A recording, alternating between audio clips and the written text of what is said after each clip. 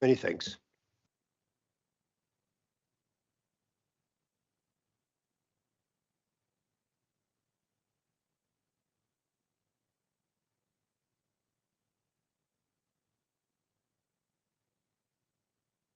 Good evening and welcome to this meeting of the Housing and Planning Scrutiny Select Committee.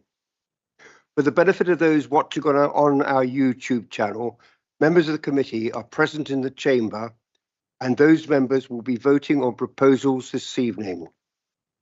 Other members of the council are also in attendance and or participating via MS Teams and can take part in any discussions, ask questions, but cannot vote. Your attention is drawn to Agenda 1, which sets out the guidance on how meetings will be conducted, including the ground rules. Before we start with the formal business, we'll confirm attendance of voting by members by doing a roll call. Alison, please. Thank you, Chair. If you can just confirm that you're present when I call. Councillor Davis. Present. Councillor King. Present. Councillor Bell. Present. Councillor Bridge. Present. We've received apologies from Councillor Dalton. Substitute Councillor Rhodes. Present. We've received apologies from Councillor Hammond. Substitute Councillor Cannon. Present. Councillor Hickmott. Present. Councillor Hood. Councillor Mehmet. Yeah. We've received apologies from Councillor Oliver. Substitute Councillor Athol. Present. Councillor Palmer. Present. Councillor Roud. Mm. And Councillor Thornywell. He may be late due to the ongoing traffic issue. Thank you. If we could ask if the officers could introduce themselves that I call, starting with Eleanor, please. Good evening, Eleanor Hoyle, Director of Planning, Housing and Environmental Health. James, please. Hello, James Beatty, Head of Planning. Linda, please. Hi everyone, Linda Hibbs, Head of Housing and Kelly, please. Yep. Kelly Sharp, Planning Policy Manager. Hannah. Anna Parker, Development Manager. Chelsea, please. Chelsea Honey Bradfield, the Senior Development Obligations Officer. Stuart. Yes, hello everyone. Stuart Edwards, Head of Administrative and Property Services. And finally, Alison, please. Alison Paris, Principal Democratic Services Officer. Moving on to item 2, are there any additional apologies other than those we've heard from so far? No, thank you. Are there any declarations of interest, please? Adam. Thank you, Chairman. I've been corresponding with Adrian about item 7, fees and charges. And on his advice, he suggested I sit out of the pre-application charges element to avoid a conflict of interest. So with your permission, that's what I'll do. Thank you. Thank you. Doing that, I will tell people how we will handle that. So moving on to the minutes of the last meeting held on the 24th of September, I set out in item 5. Are we agreed that that I can sign those a correct record, please? For the people watching on YouTube, that's the unanimous agreement.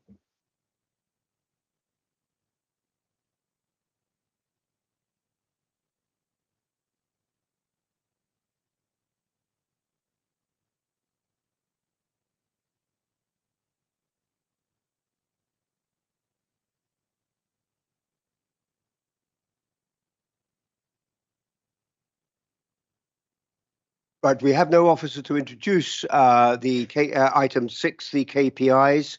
Are there any people wanting to raise any comments or questions on them, please? And we'll see if we can answer them from the officers we got here. Any questions, please? Wendy. Thank you, sir, Chair. If I could just ask, obviously the temporary accommodation is still red. I'm sure you're working hard on it. Can you give us any update on when it could at least go to amber? So this is a figure that fluctuates quite significantly. So actually, in this report, it's up at 100, leave, but actually as of today, it's at 100, back down to 137. So it does fluctuate hugely. There are a number of projects underway to look at both prevention of homelessness, but also unit cost, and owning and managing more of our own temporary accommodation, and the action plans for which have been at this committee. And there's a report later on the agenda about one particular scheme. So there's a lot of work underway to try and manage those figures down. Any more questions on KPIs? No, thank you. In which case we'll move on to item number 7. I intend that we will take that if you look at the recommendations at 3.1, there are 6 bullet points. I'm going to take bullet point 1 last, and I'm going to deal with each of the bullet points in turn, starting with number 2. And Adam, I'll ask you to leave when we come on to bullet point 1 at the very end. With that, we're going to discuss each bullet point and the proposal on that bullet point by itself, and take each one in turn with a vote. James, if you'd like to introduce things, and then we'll deal with it bullet point by bullet point. Thank you, Chair. So this report sets out the discretionary fees across the planning service for 25-26, and these would become effective from the 1st of April and will be published on our website in advance of that. As the Chair has said, 3.1 sets out the 6 separate recommendations, and just going through those very briefly. In terms of for development management charges, fees for householders, listed buildings, which include small, minor, medium and larger developments and major developments, they've been raised by 5% across the board. Fees for strategic developments have been increased by 10% due to the added complexity of these applications. And Annex 1 of your report sets out the new pre-app fees for 25-26, and we've added some new fee categories covering requests for compliance with conditions and for fees for senior officer involvement in major development proposals. And you'll see within those there's quite a cascade of fees in terms of senior officer involvement, going up from team leader up to Eleanor, and going further up to the leader and the chief executive as well. In terms of for building control, again, following a benchmarking exercise against other building control fees across Kent, Annex 2 of your report sets out the proposed changes with a general increase of 3.5%. Again, new fee categories have been suggested to cover providing copies of notices, amendments to applications, and an hourly charge to cover applications for site visits which are more than 2 years old. With regard to high hedges and Section 106s, following a further review of other Kent local planning authorities' fees for high hedges, it is proposed to raise these by 5%, increasing the fee from £510 to £540, which is still considered to be good value for money. With regard to Section 106 fees, part of the Section 106 monitoring officer's salary is funded by Section 106 monitoring fees, and in order to recoup some further monies from this, it is proposed to increase this by 15%. So it's increasing the fees from 400 to 460 for every schedule within the Section 106. We're also proposing to increase some additional categories to cover checking compliance with Section 106 obligations. With regard to PPA fees, a comprehensive review was carried out last year of both the PPA protocol and fees, and they were increased in the region between 32 and 65%. So it wasn't proposed this year to do such a significant increase. Fees have been very successful in terms of PPAs, and we've exceeded budgetary expectations this year. And therefore, there's a balancing exercise. We've gone on the cautionary side of a 5% increase across the board, but we've also introduced some new fee categories to cover discharge of conditions for small to medium, for small to strategic developments, and that was based upon some suggestions by both developers and also by officers themselves. And Annex 3 sets out a sort of an updated PPA template. As I said previously, the protocol was updated last year. The updated template's just some very minor grammatical changes. So based on the 24-25 uptake of discretionary fees, the proposals before members would generate an additional £44,588 in 25-26. Thank you, Chairman. Many thanks. Right, now I want to deal with bullet point 2 on page 30. That's the building control proposals, and that's within the proposals. That's paragraph 5.55 to 510 on page 32. Has anybody got any questions, any comments on that proposal? Right, in which case I propose that from the chair. Are we agreed with that proposal? Thank you. For the benefit of the people watching on YouTube, that's been agreed by the council unanimously. We now move on to the recommendations at 3.1 on bullet point 3. That is the S106 agreement, which starts at paragraph 514 on page 33. Any questions or comments on that, please? None, in which case are we agreed on that? Thank you. And then the next one is the recommendation at 3.1 on bullet point 4, the high hedges, and that's the proposal is 511 and 512 on page 33. Anybody want to raise any questions on that? No, in which case can we agree that too, please? The next one, I will take the last two bullet points, recommendations of 3.1, bullet points 5 and 6, the planning performance agreement and charging schedules, which starts at 522 to 526 on page 34. Raise any questions on it? Right, and in which case are we agreed on that? Right, Adam, if you could retire and just wait outside the door, we'll be with you in a minute, I hope.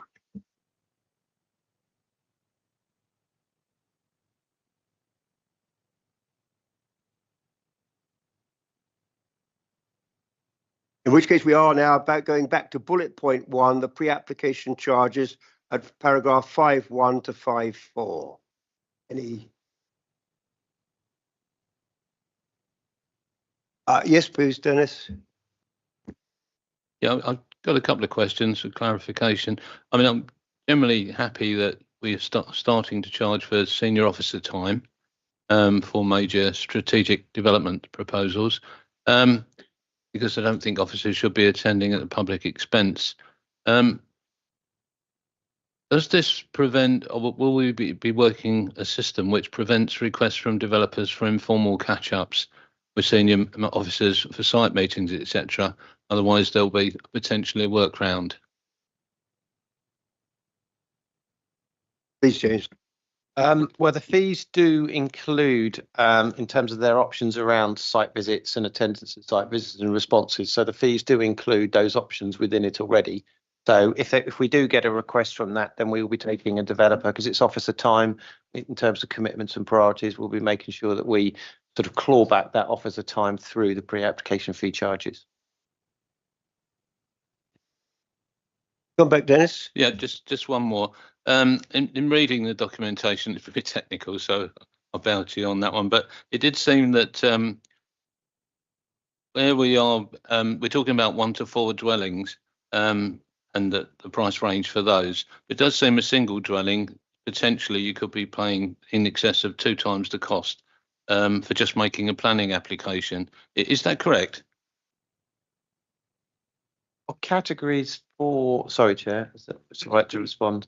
Our categories for effectively for that unit comes within, it comes within medium development fees for minor applications, which is the creation of 1 to 4 new residential units. So there's a sort of a standard fee there of a written advice of 586, virtual meeting 1,163, and we're proposing to increase those by 5% effectively for a written advice for 615 and a virtual for 1221. So in effect, what we are doing, we've lumped that category of 1 to 4 units. Now, I've kind of had looked at the in terms of breaking that down. So we've had, over the last year when we recorded, we've had 11 applications pre-apps for 1 house and 12 applications for 2 to 4 houses. So it's balanced on an equilibrium. And if we were just to have a separate category for, say, 1 dwelling, we would still have to be within the 500 plus fee category, because that's how the fee categories are cascaded. So, and they've all been worked out in terms of officers' time spent on dealing with the pre-app. So, you know, 1 house will still require quite a lot of research by the officer, as opposed to like 4 houses, which is the same still assessment of checking, you know, in terms of landform, landscape. So in terms of difference in fees, you know, it would still be in that relatively high category. So I don't think it would make a difference, but it's certainly something that we're going to monitor and look for potentially next year to see whether we'd split that fee category, to see if there's a potential to split it. But we're going to do a bit of monitoring over the next coming year, see if there's any merit in that. Thank you. Thank you. Anybody else? In which case, can we agree that one, please? Thank you. For the benefit of people watching on YouTube, all the recommendations for this item have been agreed unanimously by the committee. We now move on to item 8, the housing multiple occupancy and caravan site licensing fees. Linda, please. Thank you, Chair. This is the annual report on the fees for both licensing of houses in multiple occupation and caravan sites that are used for permanent residential use. The fees within this report have been set using the guiding principles that the council has when setting fees, but also recognising that much of this work is around cost recovery. Thank you, Chair. Are there any questions on this?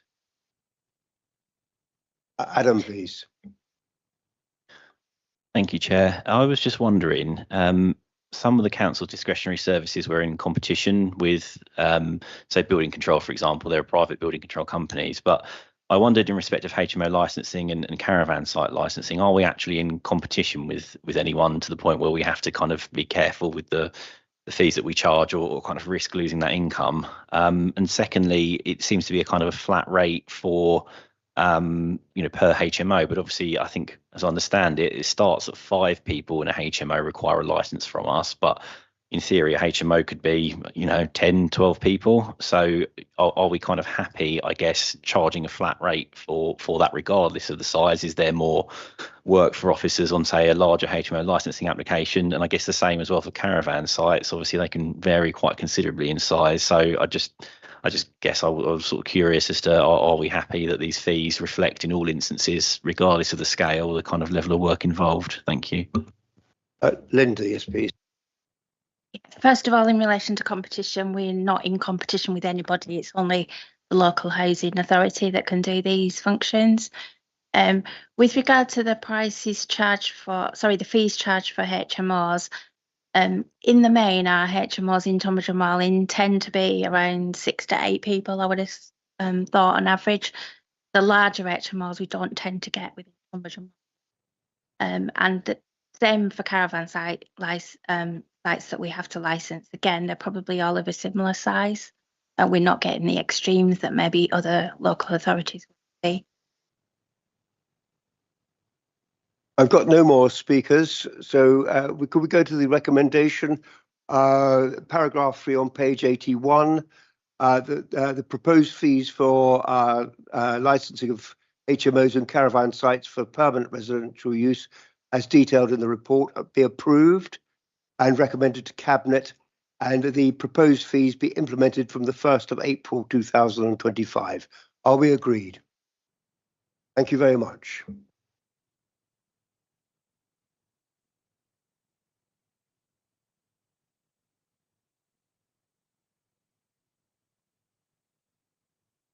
For the benefit of people on YouTube, that item was fully agreed by the council.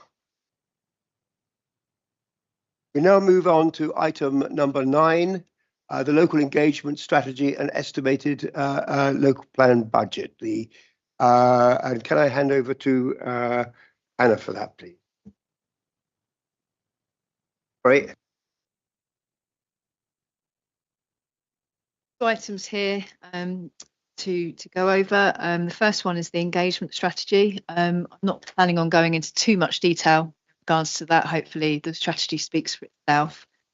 However, in September, we committed to bring to the committee an engagement strategy amongst other items, of which the majority of those we can't yet bring to you because the NPPF hasn't yet been published. So in terms of the engagement strategy, both the HSPCC report sets out that engagement is both an essential and critical part of the plan making process, and that it's really important for this to be effective. So legislatively, we're required to consult with specific organisations, bodies and the community, and our statement of community involvement has already been adopted by the Council back in September 2022, and the engagement strategy in effect builds and expands on this. The engagement strategy is provided at Annex 1 of Item 9 and explains the different local plan preparation stages, the local plan production process. It sets out who we're required to consult, including detailing our duty to cooperate partners as well. In Section 4 of the strategy, it then sets out how we plan to engage with members, officers, parish councils and Tunbridge Community Forum during and throughout the plan making process, as well as detailing how we intend to engage with communities. In terms of members, we've put forward that we'll undertake engagement through a series of local plan member advisory group meetings. This will be a forum to discuss local plan issues and emerging policy. Meetings will take place on a topic by topic basis. We'll engage similarly with officers in the council to ensure that the knowledge and experience that's within the council is shared, and to ensure that the local plan can address those corporate priorities and challenges that we need to consider in the local plan. We also set out that for parish councils and Tunbridge Community Forum, we'll continue to use the parish panel quarterly meetings and also the quarterly meetings for the Tunbridge Forum as well. But we'll also hold specific meetings for the parish council when we undertake Regulation 18, so that questions can be asked.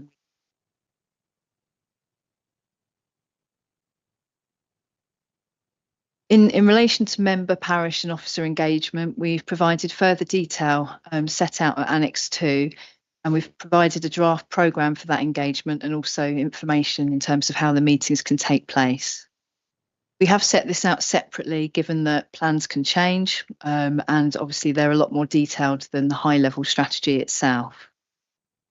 Just to provide a summary in terms of community engagement, at Regulation 18 stage, we plan to undertake consultation events, a virtual exhibition. We'll provide a digital consultation platform and digital maps and video logs also. So the Regulation 18 is the most important time in which we want to engage, because that's the time when you can shape the plan and the community can be involved. But Regulation 19, the consultation will be reduced because that's kind of a bit more of a technical stage as we set out.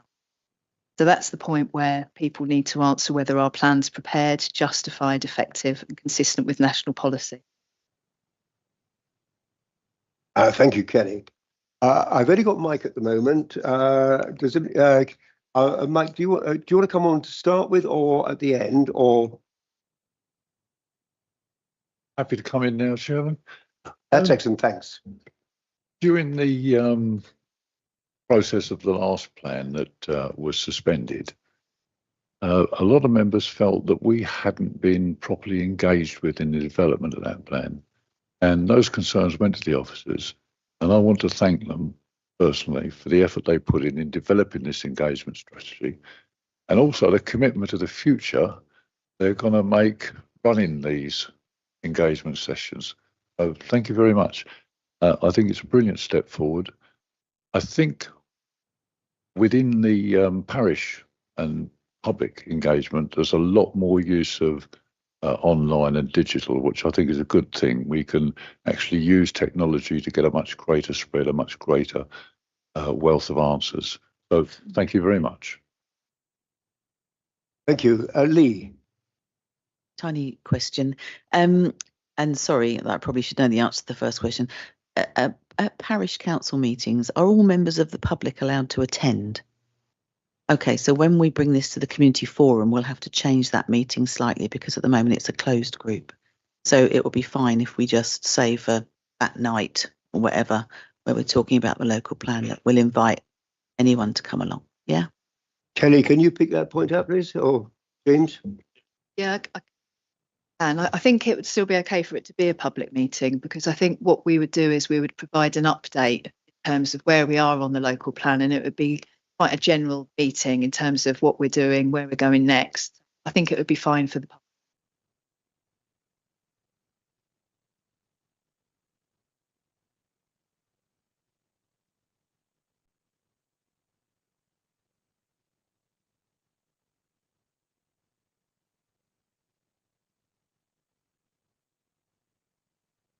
Yeah, let me just, Gary, please.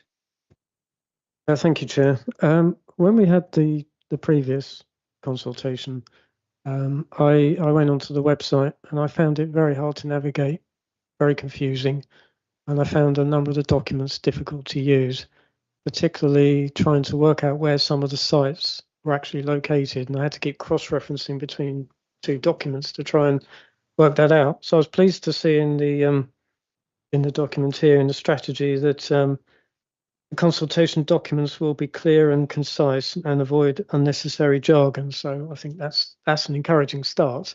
But I just urge that we make the whole process as simple as possible for people.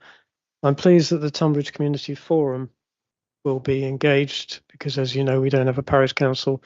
And one of the other things I learned during the previous consultation was that I spoke to a number of people, a number of residents who didn't know anything about the consultation, and I think publicising it is very important. And we actually had to rush out a leaflet explaining to people what it was, how to engage in it, what the link was to be able to take part. So I think it's important that we make sure people are fully aware of it. Thank you. Gary, I'd make a point which is probably best made by me as a layman rather than a professional, that there is a need for a certain amount of technical language within the regulation documents for legal purposes. They have precise meanings in law. So we do need to recognise that. Perhaps James and Kelly can, do you want to add anything on that? Certainly, no, Kelly's part of the engagement strategy is talking about sort of virtual elements, because it's going to be quite an important element. We weren't proposing that for the withdrawn or the suspended 18B local plan, and I think that's a new addition. And I would say that's come at the sort of recommendation. Kelly's had experience using that element before and said it was very successful. So I think that's going to be quite a sort of key component, because obviously we have to look at, in terms of, we've got limited resources, how we can outreach. And I think using the virtual elements are things that we're going to have to use, so then we can direct people to those areas on our website, and that can assist. But I'm sure Kelly's got a bit more to add on that if you wish to.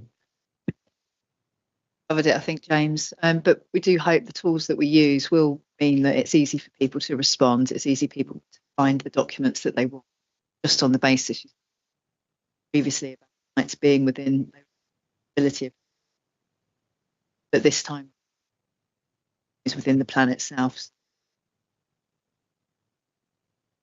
Should add, and we've learned from previous experience on the Reg 18, and we've got a new sort of software provider in terms of our launching platform. So it's, you know, we were literally all ready to go on the previous one, and it looked particularly good in terms of a lot more interactive, a lot easier to search, a lot easier to find sites. So I think you'll be pleasantly surprised when we get to that stage again, that how much easier it is to circumnavigate around the plan and look for areas that you want to do. They'll be very clearly signposted this time. Thank you. Mark, please. Thank you very much, Chair. I think I agree with comments about this process being difficult to navigate. The fact that the sites aren't in numerical order, it has made it very difficult for members and residents to follow. I'm very, very relieved to hear that there's going to be a clearer kind of mapping available, because I think something that's been hugely frustrating for all of us is that we are unable to share maps. I ended up having, because we didn't have any presentations, I actually conducted several of these presentations going through all the different sites within my my town, and we had to go through it site by site. And people were very patient, and I had to compose the map with every one of those sites on it from scratch. So the fact that this is going to be much clearer, it's going to have digital mapping, is good news. And the fact that we're going to have a virtual exhibition, that's really very exciting. Obviously we have got local difficulties, if I can describe it like that, in Tunbridge, because we don't have parish council, town council. So I know that there's going to be there are going to be in-person drop-in sessions and consultation as part of this consultation process. I'm assuming obviously there's going to be 3 of them. One of them, I'm hopeful one of them's definitely going to be in Tunbridge, and obviously the Angel Centre would be the perfect place for that. I've got a question about the I think it's a 6.5, where obviously this talks about not only the consultation side of things, but the budgetary additional budgetary pressures on the council. Okay, shall I stop there and let you? Could we just say, because Kelly split the presentation? Sorry, just sorry. You're wishing to pause there, are you, Mark? Okay, yeah, I'm more than happy to pause. Yeah, thank you. And Kelly, if you'd like to pick up then. Just for members' clarity, Kelly decided to do just the presentation to split it. So for clarity purposes, members could just talk about the engagement strategy first, and we'll go on to the budgetary proposals next with a very small presentation to follow. So any questions on budgetary implications will follow after, if that's okay. Yes, please, Mark. Yeah. So, but when we have the consultation of the in-person event in Tunbridge, anybody's going to be able to come along and ask questions of officers. They're going to be available. Is there going to be like a presentation as part of that, or will we have a presentation as part of the community forum? Anybody can come along, and we can have an exemption. I'm looking at the chair that we can change the rules, suspend the rules of engagement. Yes, please, Kelly. We haven't quite set out exactly how these will work yet, but I don't imagine that it will be a presentation. It would be more likely some boards.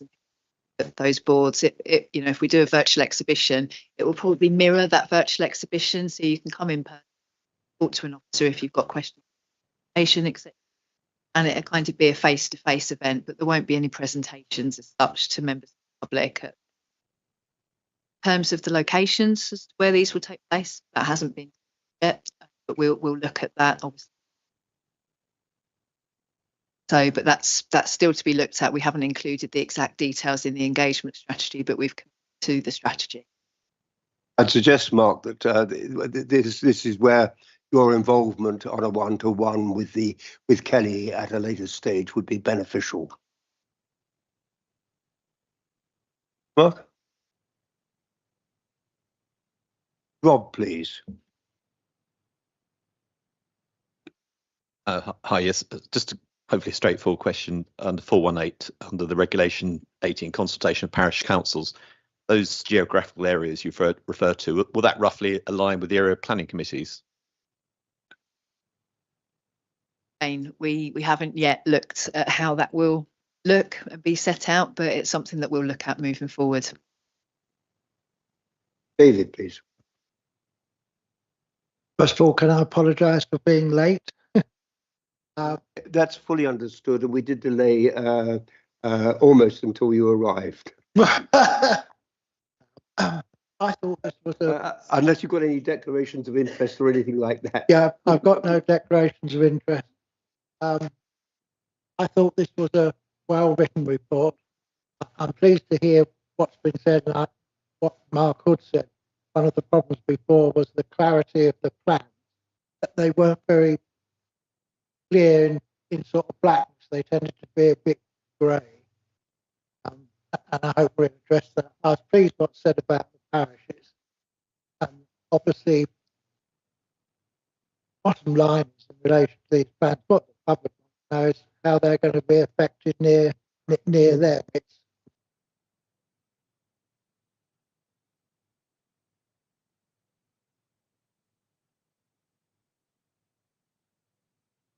Is that better?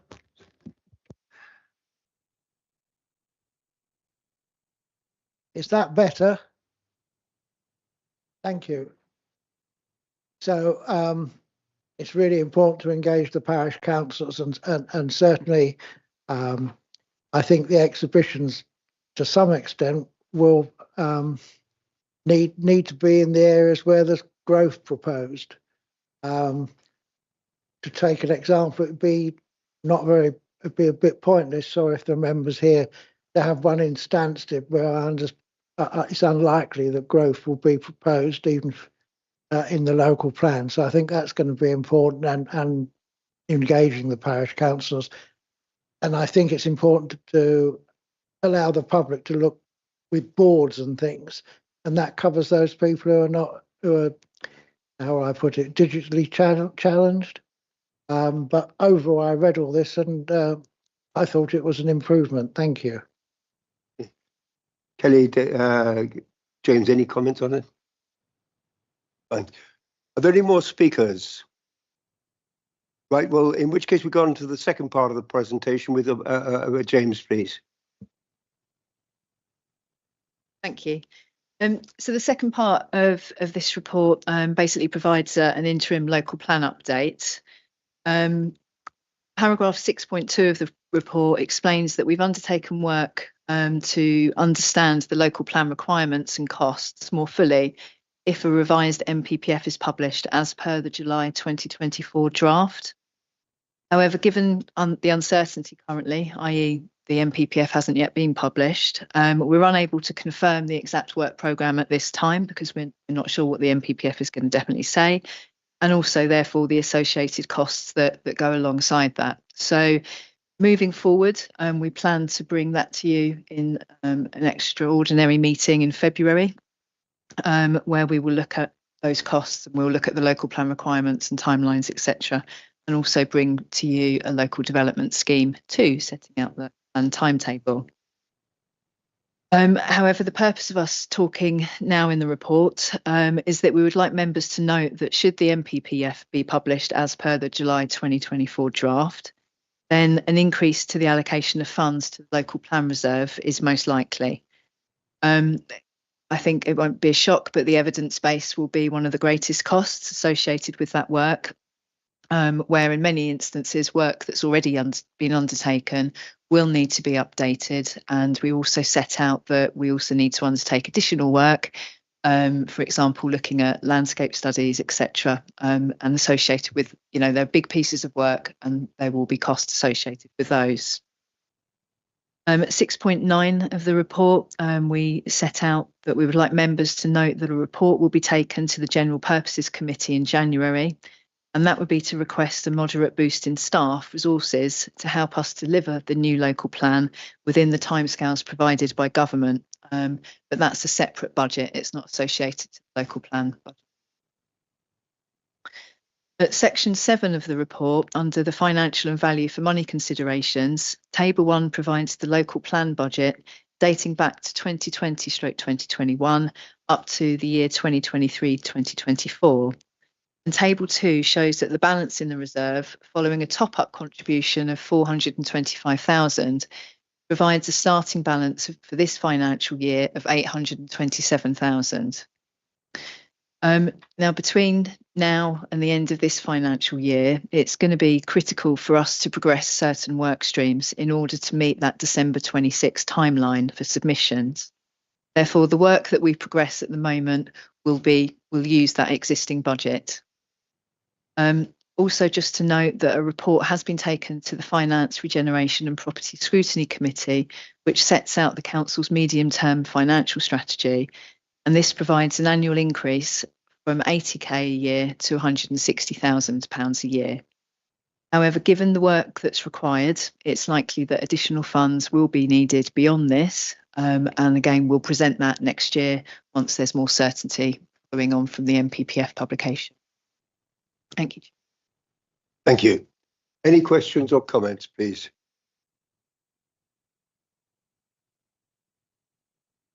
Thank you, Chair. Me again. The papers talk about the green belt and obviously the changes in the NPPF, which are coming through. If they do include the chapters about grey belt and all that kind of thing. However, we did compile a massively detailed and hugely expensive detailed green belt study as part of the to comply with the previous NPPF. I thought that was particularly, I haven't seen it, but I've been told that it's particularly comprehensive, and I would imagine, I'm guessing that it would cover a huge amount of the additional aspects that we would be needed to look at. How much more work would we expect to be doing in terms of that? How much more, what monetary sum are we talking about to bring that up to the expected standard? Can you pick that up, Kelly? Sure.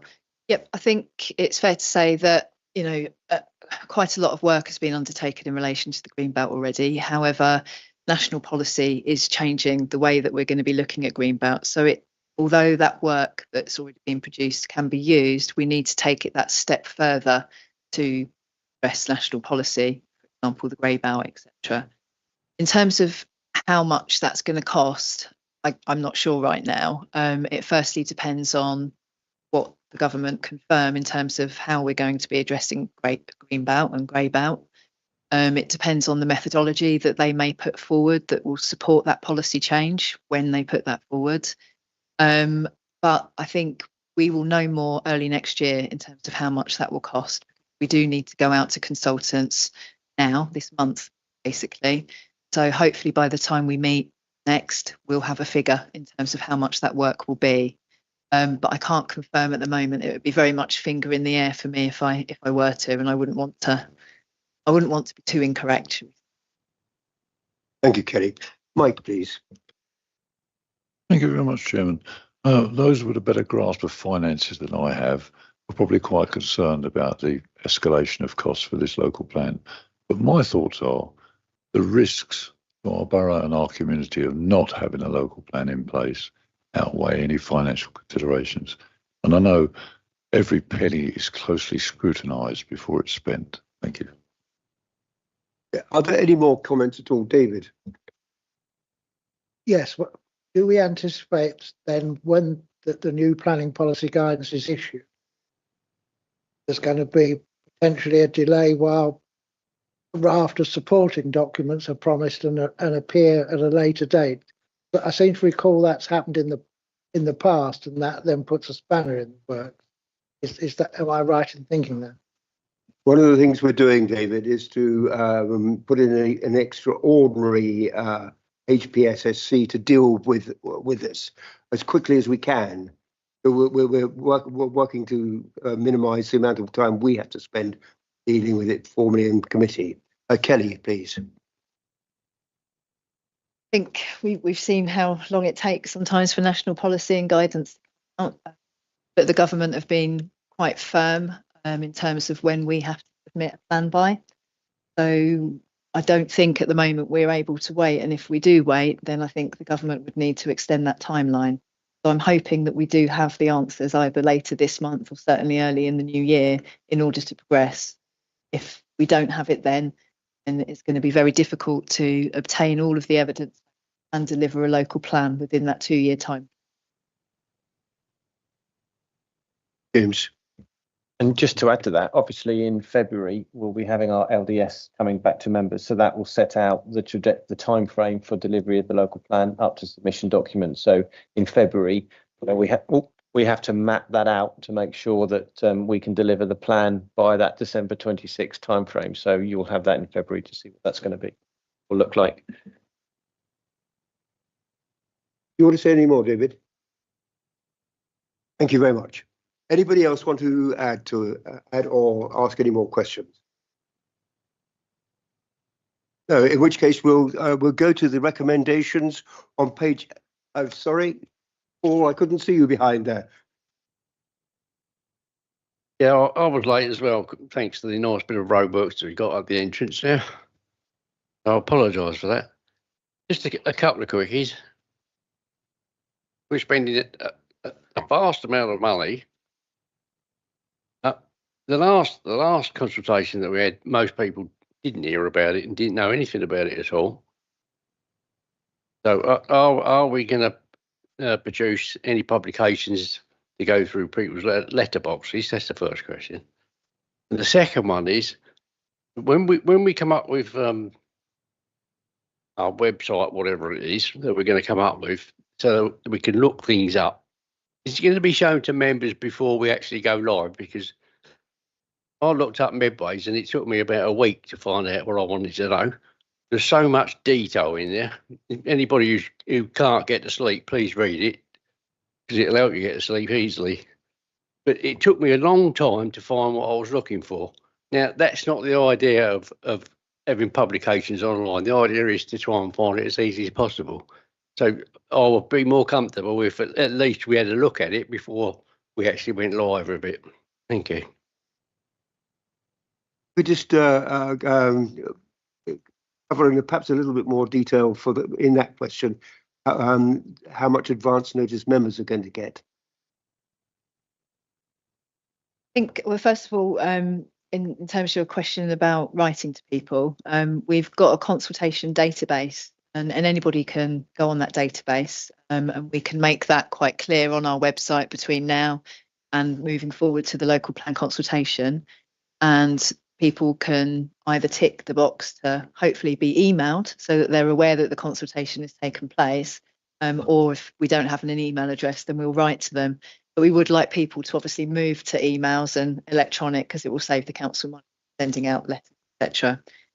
In terms of the website and being able to navigate through that, I hope that it's going to be quite clear, and I hope that we will share kind of members when the consultation starts, and it will be quite clear from our website where you need to go for each aspect of the consultation. We really hope with the software that we've got, it will be much easier to navigate and use. Okay. Eleanor, please. Thank you, Chair. Also, just to add, our last consultation, we had over 4,000 responses, and for a Reg 18 consultation, that's, you know, certainly is fairly unheard of. Tunbridge Wells, I think, had a few hundred responses, and that was largely down to a lot of the work that members in this chamber and parish councils did in getting the message out there.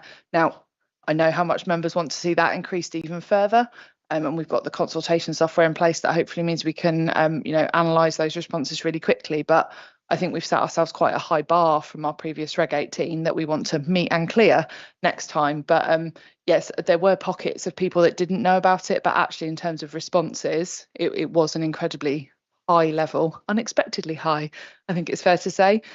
So hopefully we can build on that. Kelly, sorry.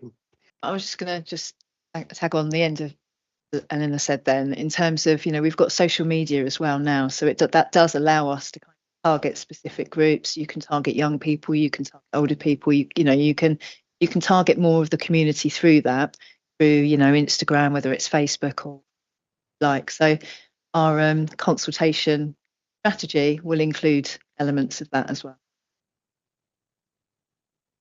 Tim, please. Thank you, Chair.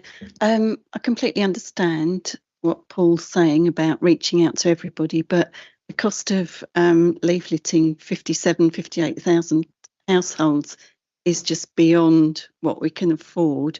And so I think the parish councils have to play a really vital role in getting the word out there. I think we're absolutely reliant on parish councils spreading the word, you know, to help in conjunction with us. Thank you. Yes, please, Kelly. And we'd also be happy to work with parish council. You know, if you want to put something in your letter, we can put some wording, or I'm sure you can form your own words. We can provide you links so that people can be aware of the content. We do also talk about posters and things. So rather than delivering leaflets to every house, off, and we can provide those to parish councils as well to put up where James. No, we've already mentioned it, but I think the virtual exhibition is intended to be used that the parish councils then can direct at your own meetings. You can use the virtual exhibition to promote that. So that's why that's quite a key component part to assist the parishes in terms of promoting the local plan and what you need to do, because it will already be signposted. So, that's the whole point of that virtual exhibition as well. Mike, please. I think my question has been answered. Thank you. Right, you are.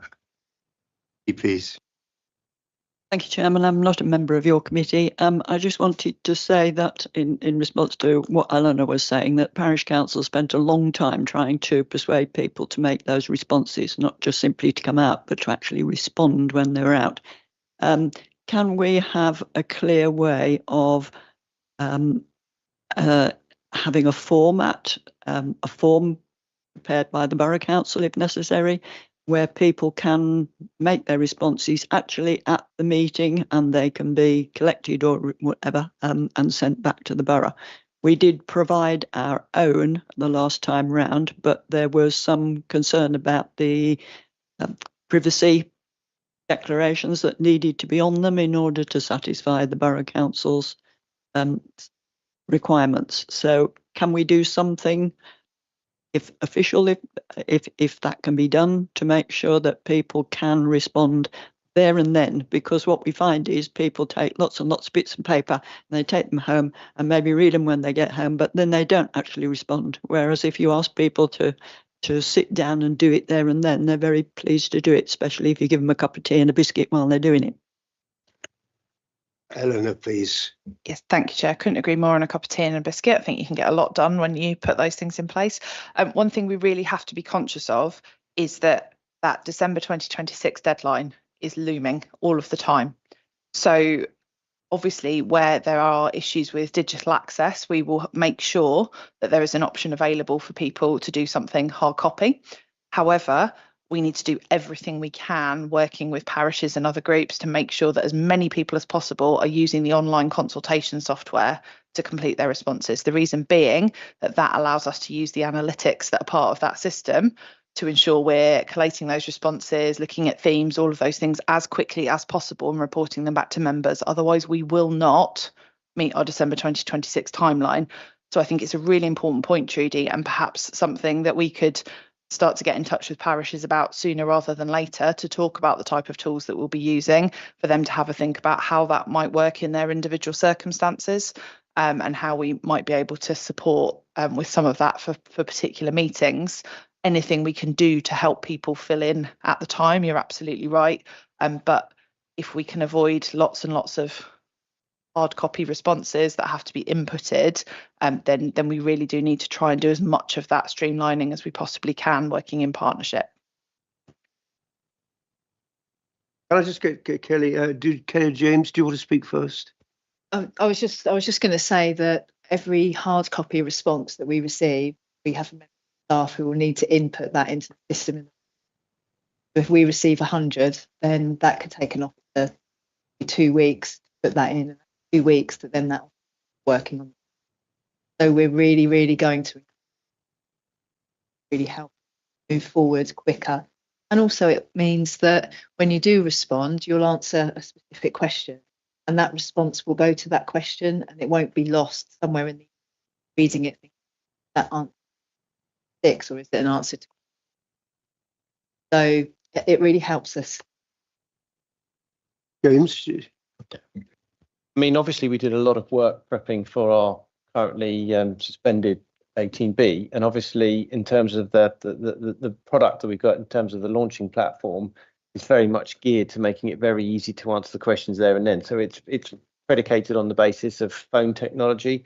So in terms of people can use their phones, so it's much easier to use their phones, because it's proven to be one of the most highly used, recognised way of responding to consultations. So, we've kind of used the technology to target those particular areas to make it very easy for people to look, see on the website, answer the questions and respond accordingly in that way. So technology has been, it's a lot more advanced than we had at the last Reg 18. It's so much significantly better.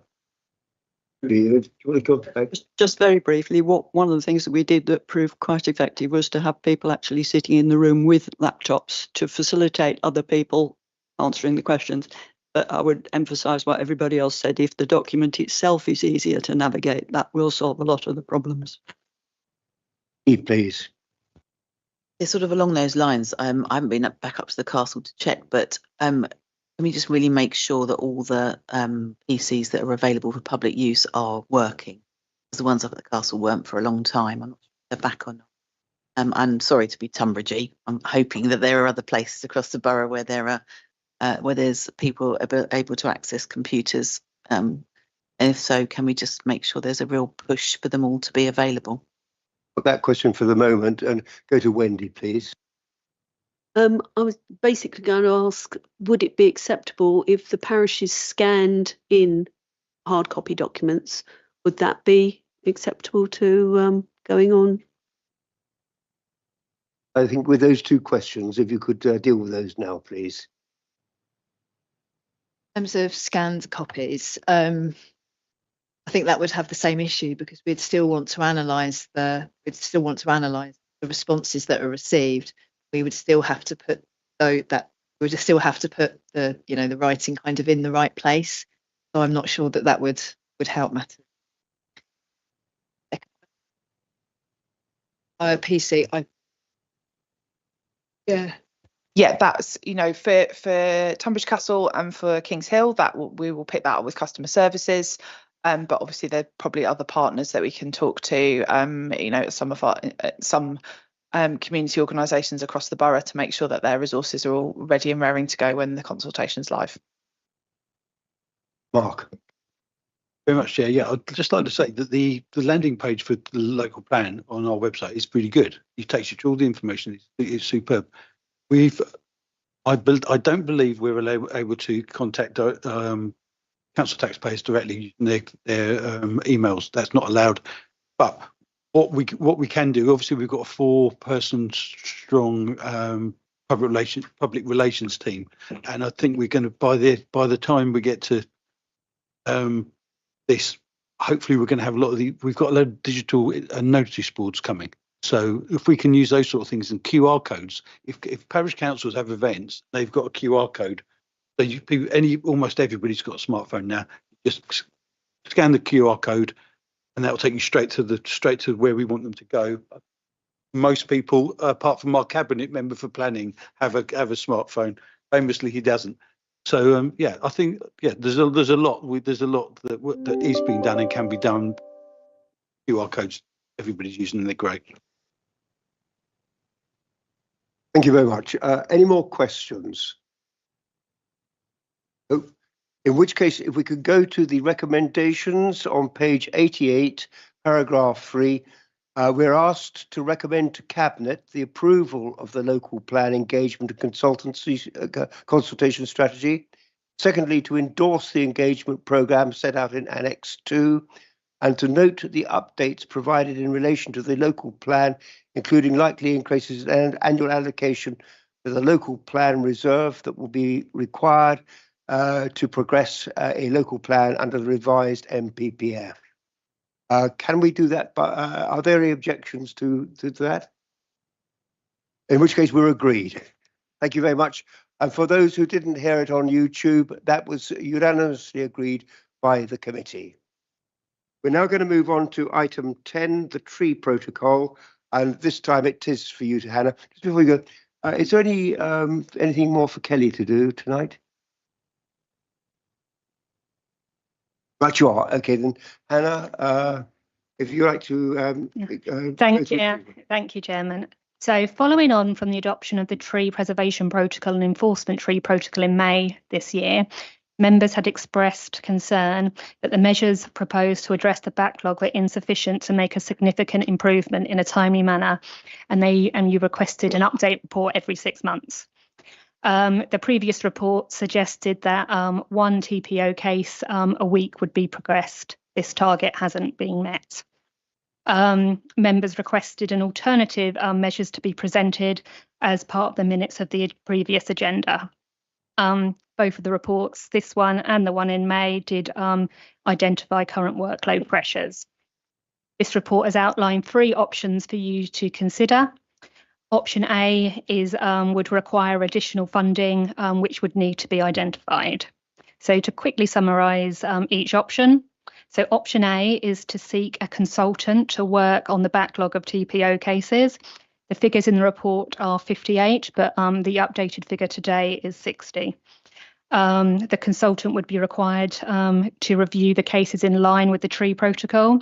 They would be required to conduct a site visit, do a tempo assessment where applicable, and write a report to whether the tree subject to the TPO requests merits a TPO for a manager to review.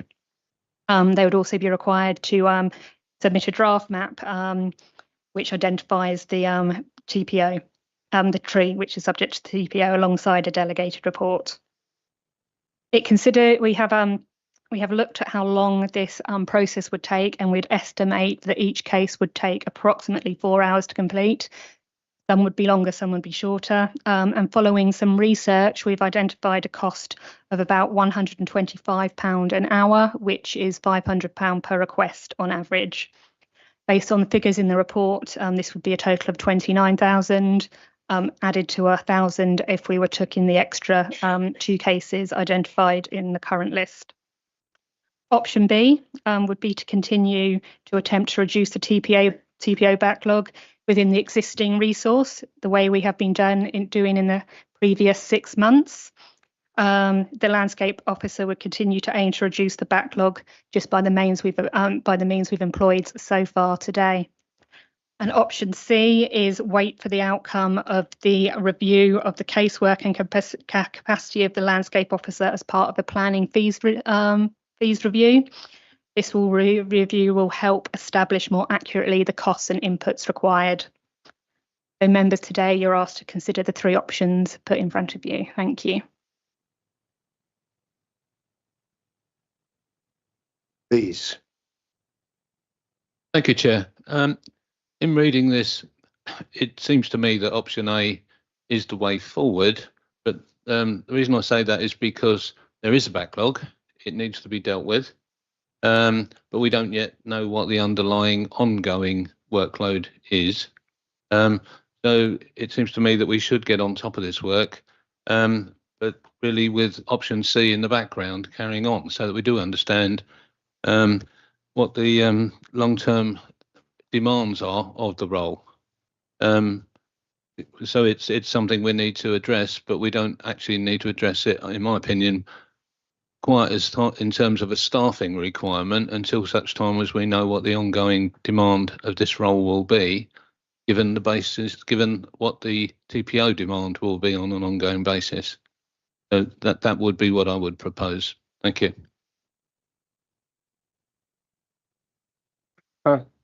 I take a proposal there.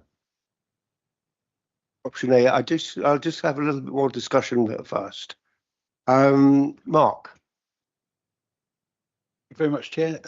Yeah, I think option B, that's definition of madness, is doing the same thing, expecting a different result. So I think we should rule that one out. I'm inclined to agree with Councillor King that we need to go for option A. I have had long-standing concerns about the way that we deal with arboricultural assessment and tree preservation order issues at the council. So what I would request is that all the tempo assessments relating to TPOs would be dealt with by an external consultant. I think that would be reassuring for myself, and that the tempo assessments are available to members as well. I mean, previously I've asked that the final decision about TPOs are brought to the planning committees, but obviously that wasn't successful. But I am still of the minded that members should be making these decisions, not officers. In the end, that should be part of our responsibility as elected members, representatives of our communities. So I agree that A is the best way forward, but we do need to know what we're doing, where we're heading going forward. And it just seems to me that this having one officer is obviously insufficient for the council. Why don't we work with other councils and have a proper tree service? I don't understand really why we don't have a Kent-wide tree service that we can go to in the same way that we deal with the county council for biodiversity net gain. And the same thing applies for conservation. We have to go to Tunbridge Wells for their services. Why isn't this done across the county? We could save so much money if all the individual councils pooled resources. Then we could have specialists within these different services that we could draw on their experience. It just seems bonkers to carry on like this. Do you want to come in? There were just a couple of things I wanted to pick up on there. I think we're always looking at opportunities for shared service provision and for working with other councils. All of the councils have to cut their cloth accordingly to sort of resources and priorities. The one thing I would say is having shared services can sometimes be at odds with members wanting to be more in control of decisions, because what might be a priority for one council within that partnership might not be a priority for another. And therefore, how those resources then get divided up can become quite challenging. So not having your own in-house resources can sometimes result in members not having the same level of control that they might want to look at. I think we'd have to take away the issue about tempo assessments and how those are shared with members. Also, this is a proposal about the specific backlog work and the tempo assessments relating to those tree preservation order requests. We wouldn't be looking to move all tempo assessments away. We have a fully qualified officer who will continue to do his job. This is about additional resource to deal with the backlog. I would also just, as members are talking about option A, I feel it's important that I also note that there is currently no identified budget for this activity. And so that's something that I just want members to be aware of as part of their recommendation to Cabinet. We'll come back, Mark. Yeah, thank you very much, Chair. I just want to make the point that if we had a resource that was elsewhere that we could rely on, the members of this council and other councils across the county could rely on, then we would have a level of independence. So you'd have the TPO system would be completely independent of the local planning authority, and I think that is a key thing we should be bearing in mind. You're a bit far away from that, James, please. In terms of different councils to treat, in terms of, because let's be honest, the DPO requests when they come in are triaged at the first point anyway by the landscape officer. So there is an assessment made when they first come in as whether there's an urgent need for serving a TPO. So they are triaged at the point of receipt. So whilst there is this backlog of 60, members should be aware that that's not just they're not being looked at, they have been triaged on the basis there's no urgent need at that particular time to serve a TPO request. But going out to the sort of looking at the shared surface potential is other councils have different priorities.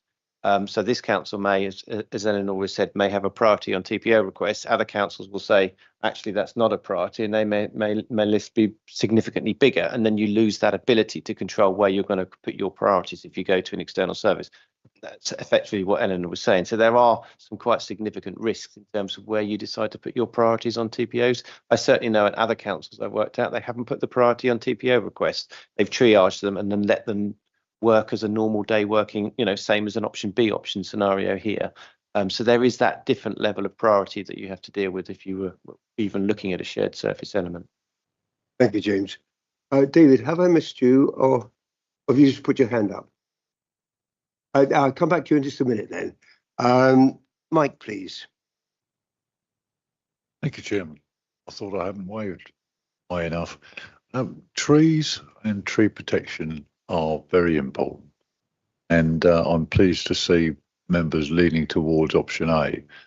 This backlog has dragged on for a long time, and we need to get rid of it. There's another aspect to this, and that is with the tree officer constantly dealing with current applications and the backlog, there's a possibility of mistakes, and there's also the possibility the stress might get to him and he just packs up and goes, and then we really are in trouble. Thank you.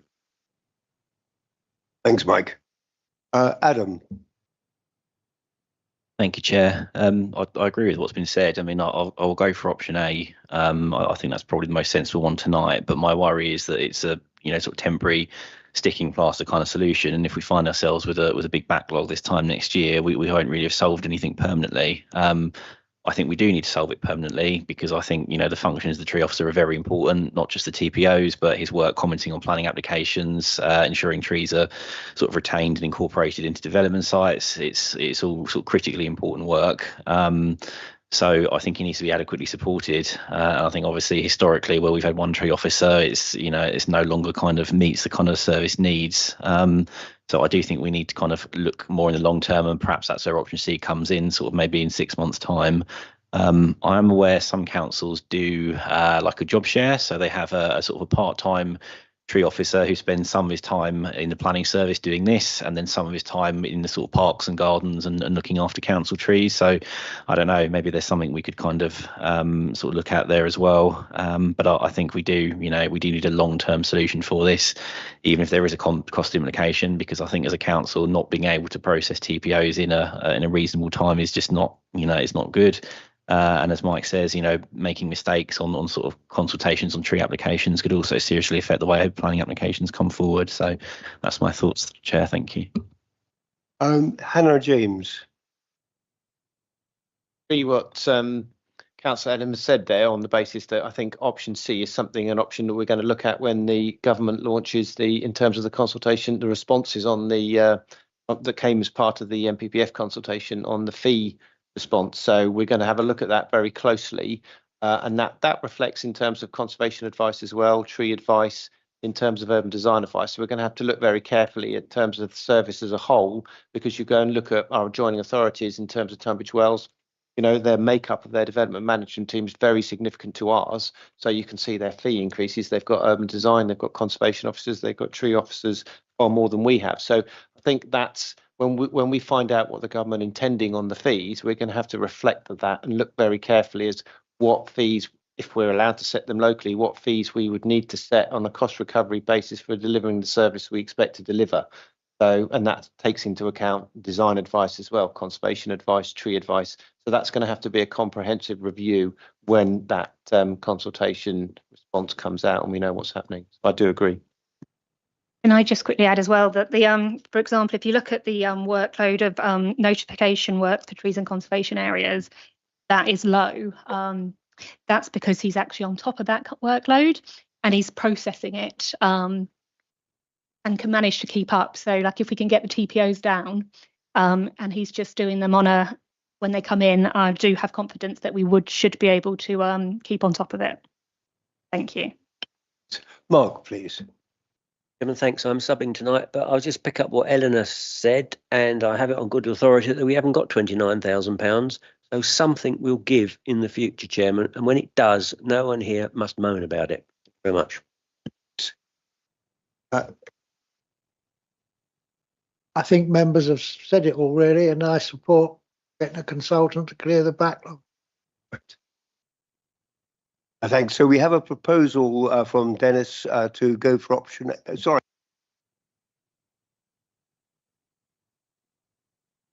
Go on. I agree with the direction we're going with this. I think it's right. I just wanted to say very, very briefly, thinking about option C and what we do long term about this, my limited experience with this is that a lot of the problems I've experienced have been where trees are on land owned by some of our housing authorities, and there seems to be no process for any pre-notification of the removal of trees. And I almost feel like it's caused a bit of a panic where local people are thinking we need a TPO on every tree now, because otherwise it's going to get chopped down. And that feels like a really difficult position, because that's going to drive up more TPOs and give us this problem again. So I just wonder if there's something we can do about that to help ourselves to avoid a situation where we might clear a backlog and then there'll be, perhaps when it gets a bit sunnier, another big influx of TPOs coming up, where people feel perhaps that it's the only way to make sure a tree doesn't get sort of chopped out from under their feet, kind of thing.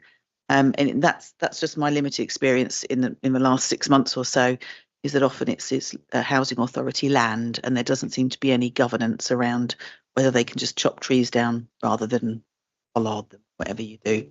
Showing my ignorance. Thank you. Eleanor, please. So they would be governed by the same legislation. So the issue has been that a lot of the trees that our largest registered provider in this case, that they're not currently protected.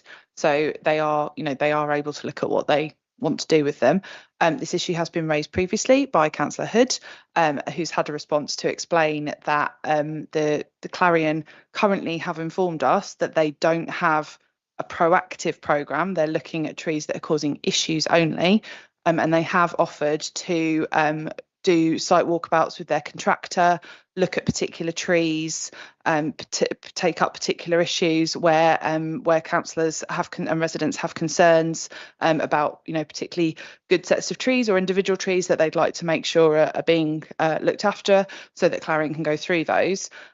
So they have made that offer, and we're very happy to facilitate making sure that any members who want to follow up on those conversations with Clarion can. That's come from their regional director, so he's made that commitment, that they and their contractor would undertake that exercise with members. But if there was a tree that had a TPO on it and they went to cut it down, they'd be subject to the same requirements as anyone else.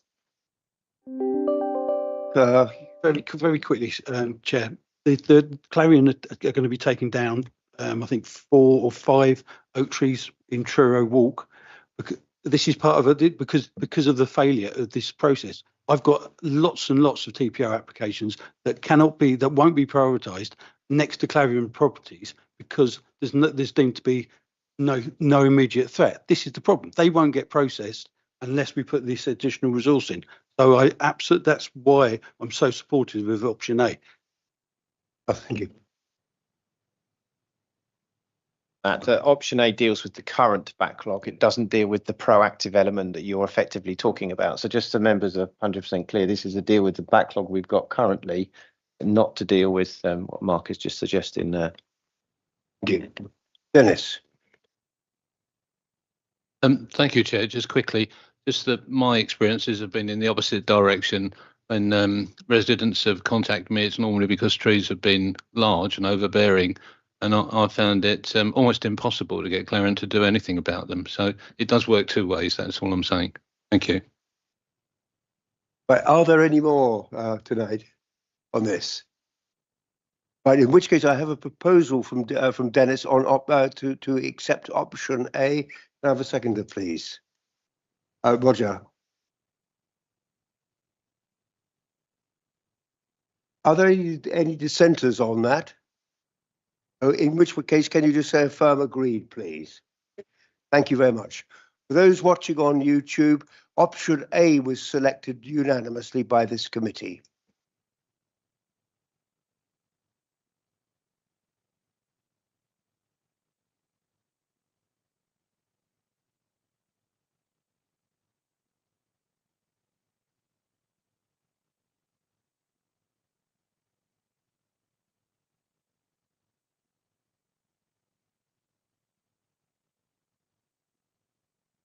We're now moving on to item 11, hoarding and working within housing.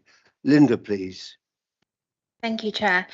This report is seeking member approval to fund a part-time hoarding coordinator role through the Home Improvement Agency, along with a budget for clearances and clean-ups. The budget for this will come from the Better Care Fund, within which we have this funding available.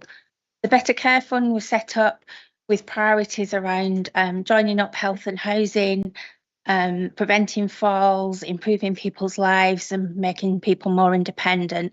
So this area of work fits perfectly within that kind of funding.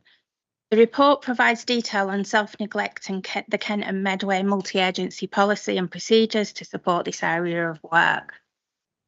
We get hoarding related service requests from a number of sources, neighbours typically, social services, Kent Fire and Rescue Service, hospital discharge teams.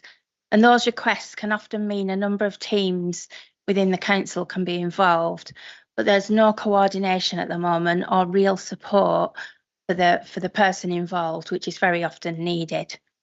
We are seeing a growing number of hoarding related service requests, and the table provided in the report at 4.14 will be an underestimate, as hoarding will be a factor in other cases that are recorded for other primary reasons, for example, disrepair to the house. The hoarding cases that we do have tend to be time consuming. It involves a certain amount of relationship building to get that person's trust. That's obviously usually a complex situation involved, so they do take up significant officer time. This recommendation, if agreed, will provide a specialised hoarding service with a dedicated caseworker supporting the client and coordinating the approach being taken to help the client. Thank you, Chair. Thank you. Trudy, please. Thank you, Chairman. Still not a member of your committee. I just wanted to say I really, really welcome this report and support it. We must all have come across such cases while we're visiting residents. And I just wanted to be assured that there is going to be support for the work, the cleaning up work, to be done by people other than the resident. Linda reported that there needs to be a lot of relationship building before you can get the person involved to even agree to have the house cleared. And the case that I was dealing with, sorry if I'm going to make everybody itchy, but a lot of infestation was involved, and the client was advised that the property would have to have the furniture moved out by the client in order for the infestation treatment to go ahead. And it went, of course, no further because the client was just totally incapable of doing what was required of them. So if there is practical help, I'm really pleased with that. Thank you. Linda, can you help there, please? I mean, the idea is the hoarding coordinator will have a kind of a plan, a personalised plan with the person involved, and that will include using specialised contractors who are used to working in those situations. They'll have that empathy that we need them to have, and that will all form part of the service we're hoping to provide. Please. Thank you, Chair. I just have a quick question for Linda. I know in London, the Fire and Rescue Service work with local authorities because they have prevention workers that deal with hoarding to try and prevent fires.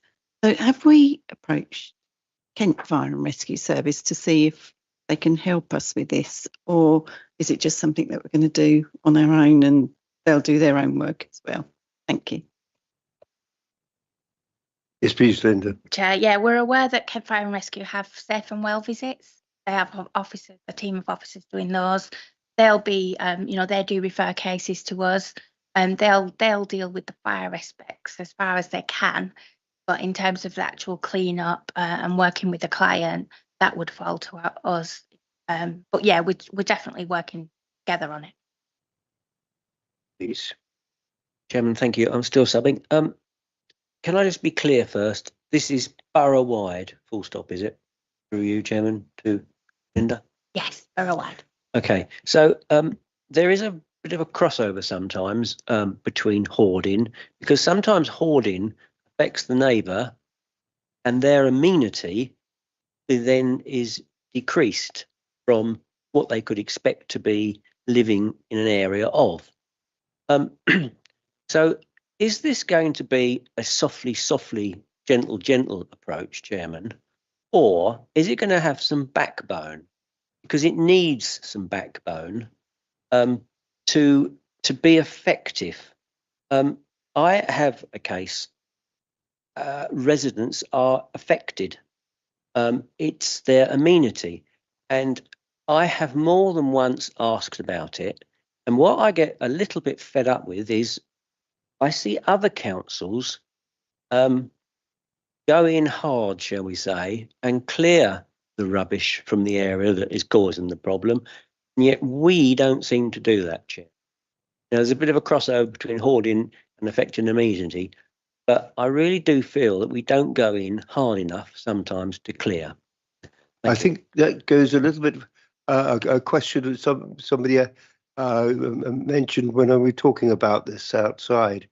Is this both inside and outside, Linda?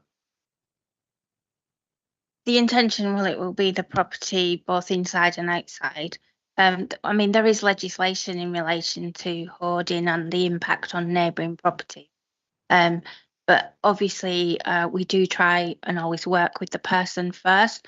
And I think this recommendation here will only enhance that working together, and hopefully we can make progress with some cases. I think if you've got a particular concern about a property, if you maybe just speak to me after and we can have a look at it, because we certainly do have enforcement powers where needed. It will depend on the impact on them. Thank you. Are there any more speakers? No more speakers. In which case, if we could go to the recommendations on page 138, paragraph 3, to fund a part-time, half full-time equivalent hoarding coordinator role employed by the HIA. The cost of this is estimated to be in the region of £30,000 per annum. To provide £15,000 per annum budget funded from VFC for clearance and cleaning up works, and the authority to enter into a contract with HIA to be delegated to the Director of Planning, delegated to the Director of Planning, Housing and Environmental Health. Are we agreed on that? Much indeed. For the benefit of those on YouTube, that was another unanimous agreement by this committee, the recommendations for this item. Moving on then to item 12, the procedure on amendments to planning, including reserved matters and applications. Another one for you, please, Hannah. Thank you, Chairman. Okay, this report provides an update on the non-amendments policy, which went to Planning and Transport Advisory Board in March 2020. It was agreed at this committee that amendments wouldn't be accepted other when the sort were considered to be de minimis, correct errors or discrepancies, or by the officer, or where a planning performance agreement was in place. Officers and members have been applying this policy since September 2020. While the policy does offer certainty, it allows little room for discretion. I should also clarify here that discretion of it is at the discretion of the LPA to accept whether amendments and subsequently determine if the amendments require reconsultation. It is proposed to replace the non-amendment policy with a procedure on amendments, which is outlined in Annex 1. However, to summarise what amendments will be accepted, this will be done by the officer's invitation only. They will only be accepted if they don't require reconsultation and they don't require a description change, and only one set of amendments will be allowed per application. Additional information will also be allowed where there is a holding objection on a scheme to allow an informed judgment to be made. Amendments which require reconsultation will only be accepted when a PPA is attached to the scheme. PPAs, as we've said, are available on the website. And it's proposed that we publish this note on the website to allow full transparency with customers, so officers and technical staff are able to point the customers to this procedure. So the recommendations is that members agree to the proposed changes of processes set out in this report, namely to adopt the amended procedure outlined in Annex A. Thank you. Thank you, Hannah. Mike, please. Thank you, Chairman. The non-amendment policy was brought in for a very good reason at the time, but it was a bit of a blunt instrument. And I think Hannah has come up with a very clever form of words that give us that bit of wiggle room that members need from time to time. So thank you. You, Mike. Thank you, Chairman. I think this is a really, really important item. I think it goes to the heart of what do we want our planning service to do. My feeling is that it goes beyond just kind of determining planning applications by the deadline, you know, like a sort of process-driven factory. I feel that our planning service is ultimately there to add value to developments. to make sure they're the best possible schemes that we can. And if they are going to come forward, the design is as good as it can be. The impact on neighbours is kind of reduced as far as possible, things like that. So for me, that's kind of where I would like to see the sort of service going. My worry with the sort of the amendment policy drafted as it is it still doesn't give a lot of flexibility to officers to kind of use their own judgment and kind of go maybe a little bit beyond changes that maybe sort of do need some form of sort of reconsultation, because I think the threshold for that is probably actually quite low. As soon as you start making sort of reasonable changes, there's that risk that neighbours are going to say, well, hang on, you didn't consult me, and that opens us up to legal challenge. So I would like to see the sort of the amendment policy go a little bit further than that, and ultimately kind of rest with the judgment of the case officer, strictly at their discretion, no obligation to kind of accept amendments, but where they do feel it would add value and kind of improve a scheme significantly, my feeling is it's better to do that in one application than kind of try and push back and start again. The other thing that the report doesn't mention is that there is no longer a right to a free resubmission for planning applications. So if an applicant's being told they have to withdraw and resubmit for something that maybe is not a huge change, but would need reconsultation, and that could actually resolve the issue, they're going to be highly reluctant to do that. So I think we then run the risk of being in a situation where there's kind of more sort of antagonism between the applicants and our officers, more sort of appeal scenarios and over stuff that maybe could have been resolved a bit more easier. So with that in mind, Chairman, I do propose some amendments to it. I have sent them to Alison, and I wonder whether it might be possible to get them up on the screen, and maybe I could just talk through them if you'll let me, and then just see what other councillors kind of think about it. Yes, please, Alison, if we can do that. Caveat it that my screen sometimes freezes. We will see what happens.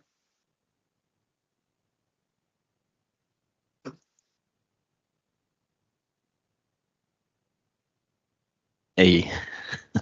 Might want to talk quick. Thank you, Alison. So look, the first thing I would like to insert in there is that the focus should really be on our pre-app service for any kind of changes and discussions on schemes before they're submitted. And I think it is important to kind of signpost that's where we expect these discussions to happen in the first instance. So that's the first paragraph of the amendment.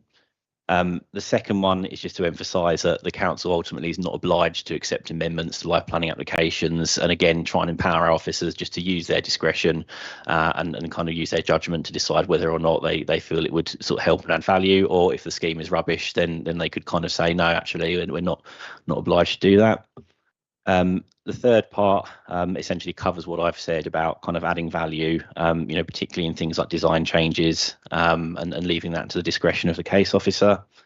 I do suggest to kind of set a limit on that, is that it shouldn't be major reworking of a scheme. It shouldn't be completely different, but it's just to cover that gap maybe between, I think, changes that are minor but may still need a, say a 14-day reconsultation. I've added that I think these amendments should be conditional on agreeing an extension of time if the application is about to go out of time, because that again protects the council's position. I do think that following an Area 1 a few weeks ago, when members were kind of reasonably okay with the design of a proposal, subject to minor changes, but the kind of no amendment policy was kind of sort of waved at us, that it would be useful if there is a sort of majority of agreements to amendment by a particular area committee, that we might want to consider that being allowed, and perhaps vote to authorise officers to go away, get those changes and approve it then under a delegated sort of power. And then finally, obviously with the PPAs, we were sort of saying that this was the only mechanism to kind of agree sort of changes. So I've made some alterations to it to kind of say that it's the only guaranteed way to get a right to submit amendments, including those that go beyond what we're saying we won't accept for minor, even if it needs a reconsultation. So there's still a distinction there. There's still an advantage in applicants going for the PPA service. So I'd be interested to see everyone's sort of views on it, and I felt that was an improvement. Thank you. Let's start with Eleanor, then James, then Hannah. I think the first thing to say is thank you, Councillor Mehmet, because I really appreciate all of the input. Depending on what James and Hannah have to say, if this is slightly too much putting them on the spot and they want to think about it, then maybe we could think through what the mechanism might be for considering these changes. And obviously they'd be being referred on to Cabinet anyway, so possibly just take that opportunity for just some reflection on it outside of the room. But in general, they seem like really positive amendments. The other thing I would say is I think, Councillor Taylor was absolutely right. It was probably quite a blunt instrument previously at the time, but I think also part of it is around, the trust and relationship between members and officers, because some of the things that are now proposed in here around what's a minor amendment, what constitutes certain things, and at the discretion of the case officers. I have to say, when things come across my desk, I think the case officers do a fantastic job under incredibly difficult circumstances of using their discretion. But there has to be a general acceptance from members that is what they're going to do. They're going to be using their professional judgment, because otherwise discretion can potentially be a bit of a double-edged sword. So I just think it's important that, kind of in my role, one step removed from the determination of those applications, I just remind members that in proposing this sort of approach, we are working on a very trusting basis between officers and members, which I think is fantastic and exactly what we want to be doing, but we all have to be working in that spirit. Otherwise, it could cause problems as well as solve them. So I just wanted to make those kind of more general points. Please. Chair, I think we certainly need time to reflect and to take account of the implications. I mean, I think my initial sort of point of call is, obviously we've got, what drives this factor is the planning guarantee. In all realities, that's changed. Minor applications are down to 16 weeks, majors are 26. So what we've got to do is we've got to be efficient in determining applications, both for performance management purposes, because we want to be seen to be, having timely decisions, but also in terms of officer caseload. We've got to be quite careful in terms of how officer caseloads can grow quite exponentially on the basis of extensions of time and the impact that has. While amendments are coming in, the officer's concentration is turned away from that application. It's then refocused on another application that's in time. And there is a sort of a concertina effect where extensions of time, whilst they're beneficial and do protect the council in terms of planning guarantee, they also have an impact of sometimes ballooning an officer's caseload. So in terms of how real work, what does real work look like, or actual work that's being looked at? So there is a balance. I'm certainly not saying that in terms of what council amendments come forward with is something that we shouldn't be looking at, because there are benefits of doing that. Sometimes we turn an application which may require a reconsultation, and maybe we should be accepting in it, and it'd be more efficient than actually, resulting in appeal or a resubmission of an application, given there's no free go anymore. So I think we need to take stock of what's being proposed and review that, and then come back with any comments on that it's got to go back to full council. But as I said, my key issue is the driver in terms of making sure we keep the applications turning through and decisions, and the focus on within the time limit for the amendment was really to keep our eye on the planning guarantee and make sure we turn applications and we determine applications in a timely and efficient manner. And sometimes amendments, as we get lots of requests, sometimes amendments can change that. So I think that's my view at the moment. There's a bit of reflection on terms of what's been proposed. Anna? It's probably all been covered, but we just wanted to be able to strike the balance between timely decision making to keep the process going through. Also, we don't want agents then taking advantage of the situation, which is why I think the non-amendment policy was put in the first place. And it's doing it this way we considered that we would ensure a consistency. So I just wanted to add those points, but I think it's been covered. Thank you. Good. Sorry. Forgive me, Alison and I were just discussing the logistics of this. The agenda for December Cabinet has already been published in any case, so this wouldn't be going to Cabinet until January. If we needed to make amendments, we could do so and potentially still move forward at that pace. But I don't think this could then be a referral on from tonight's meeting to the Cabinet meeting, because it's going to need some more consideration than that.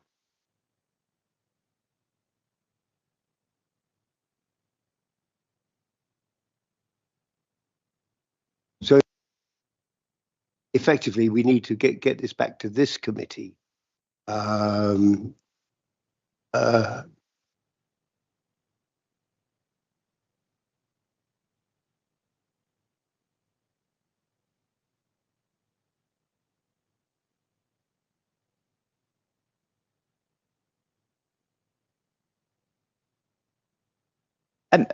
We were just suggesting, members, that rather than it potentially needing to come back to this committee, which would not be until March, and I know everyone's keen to move forward with this, and that if members were happy to propose something along the lines of that, we can look at these amendments and perhaps delegate to myself in consultation with Mike and to make any changes to the proposal before it goes to Cabinet. And then if we need to engage with other members of this committee in doing so, then we can. But again, members may wish to give that some consideration.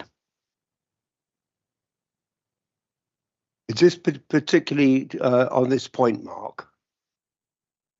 Is it particularly on the amendment we're talking about now? Yes, yes, Chair. It is about this. It's about the amendment. I think there's a lot of interesting points that have been amendments that have been put forward there. I think that listening to officers, they would like some time to consider it. Certainly, there's a lot happening there that I'm not fully sure that I fully understand, having it presented just at this meeting. So I would suggest that the way forward would be to defer it to the next meeting of this committee rather than delegating an authority to officers. It's surely that's the business of this committee. I think I'm not sure there's an enormous rush to get this done, and getting it done properly would be the way forward. I'll park that one for the moment. I just want to get this discussion going as to what can be achieved by our officers before the January. Yeah, I mean, officers don't. We're easy either way, I think, is what I'm saying. But if members are keen to move the process forward, then there are options for getting a report to be approved sooner. I wouldn't, the next substantive meeting of this committee is in March. We do have an extraordinary meeting in February, but that is solely to talk about the local plan. And unless there is something absolutely urgent, I wouldn't suggest that we put anything else on that agenda. So yeah, I don't necessarily have a strong view one way or another, Chair, but there are options available to the committee to discuss. I think it's for you now to indicate. I don't think your amendments are not of great magnitude. They are relatively small amendments, which changes just a little bit the emphasis on things. And to that end, would you see any problems about this coming to Cabinet with a suitable proposal? And if so, can we articulate that? Thank you, Chair. Just sort of hearing what everyone's saying. Listen, one meeting here, please. I guess it's important to me. I think that there is consensus from members on it. It's very important. It affects everything we're doing, sort of moving forward. On the one hand, I would say maybe there's time before Cabinet. Officers can then feed into Cabinet and kind of say, well, we would think maybe this change and that change, and ultimately we're making a recommendation to Cabinet. So it's ultimately for them to kind of decide what to do with this. But I think I'd probably want to hear a bit more from sort of other colleagues in the room as to whether they're kind of happy for this to be voted through now as a recommendation to Cabinet, or if they want to go for the kind of the longer term option. But obviously it is going to be a much longer term option, and then until March we're going to be operating still under the no amendments policy. So perhaps, Chair, if we could hear from other councillors and kind of see what the room is saying. Right, David, please. Thank you, Chair. I thought what's before us in Annex 1 is an improvement on what went before. I expressed concern about that at the time. And I agree with the comment that what we should be trying to do is to get the best result we can out of the planning applications in front of us. Sometimes, of course, it occurs to me, members say things at area committees as a result of which applicants, as they have in an East Malling one, provided further information and an amendment as a result of what people have said. And I think that's what's being said about Area 1. And there ought to be a facility to allow that to happen. I wouldn't like to see that closed off. And if there are occasions where a member indicated at an area committee that an application might be acceptable if it was amended in a certain way, then you should be able to do that, and that avoids appeals and all of that procedure. So I have a lot of sympathy with these proposals. I would be inclined to put them forward tonight to Cabinet, because it's going to be their decision anyway. That gives the officers plenty of time, sometime between now and January to have an input. Please, Hannah. Can I just talk about a little bit about the amendments at committee, just for people to think about? That if we start deferring cases for amendments at committee, then that potentially could risk non-determination.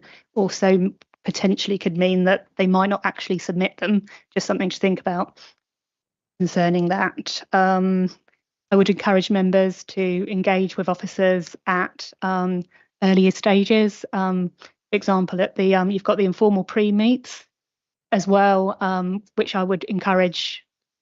Yeah, which I would encourage any amendments to be talked about then potentially. Thank you. James. Lastly, I mean, I do agree. It could be, you know, members could delegate this in terms of to cabinet member and the director in terms of to come up with some wording. Because I certainly, from my point of view, I wouldn't want to risk in terms of what we've built up in terms of the PPAs, because I think the PPA is seen by ability of a developer to have access both to amendments and to members. And what I wouldn't want to do is, and we'd need time to consider that that's not put at risk, because that's been proven to be quite successful moving forward. I wouldn't want to sort of prejudice that in terms of some other way, which dilutes people thinking I won't need to enter into PPA if I can amend a scheme in any other way. So I do think there is just a word of reflection that we just need to take a bit of time. But I do think that the delegation back to the cabinet member to agree that to go to cabinet in any way is probably the right way and gives us the opportunity to do that, unless members feel that they want to sort of have a further debate on that coming back. But I think that delegation would enable us to do that and have the time to consider the implication for this.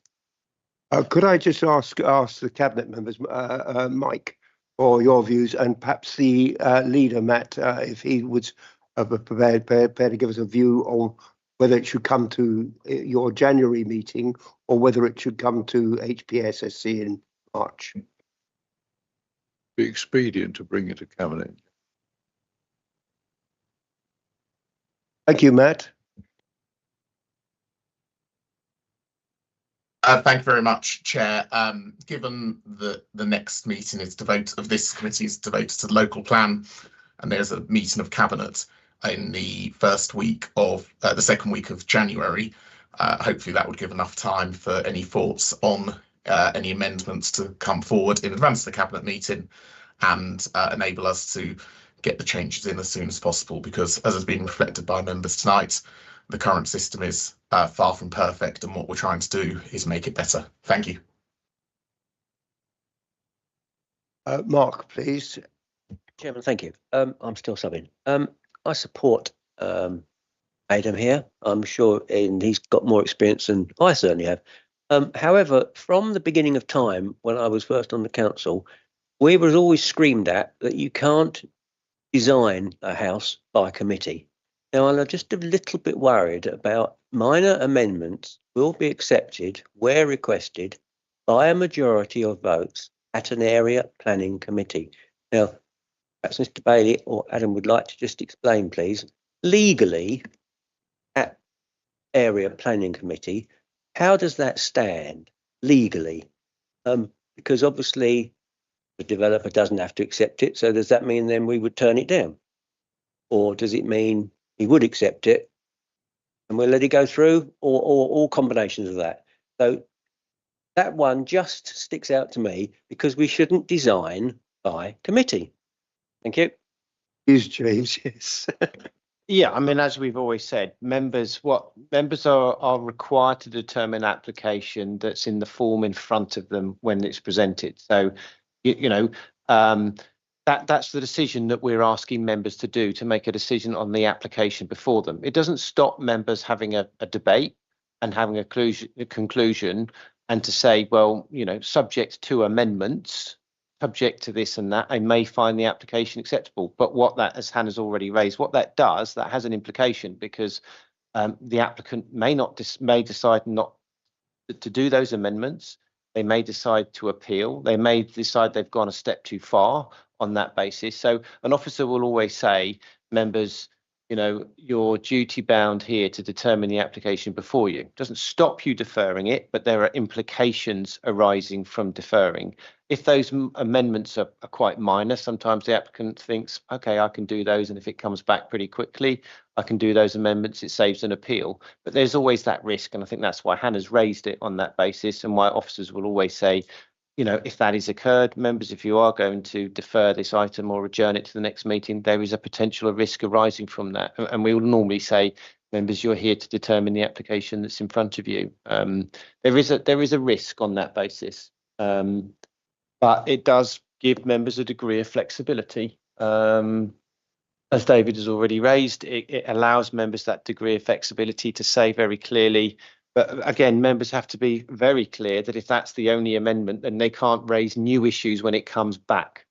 You know, and it has to be very clear in terms of what's minuted, that if you're amending something, and you're amending it on that point, and then the application is acceptable, and if that's clearly articulated in the minutes, that's fine, because when it comes back to committee, members don't have the opportunity to review every other element again, because you've raised that expectation. And again, I would then say that it starts to get into unreasonableness, but that can all be advised on the night and dealt with appropriately in that way.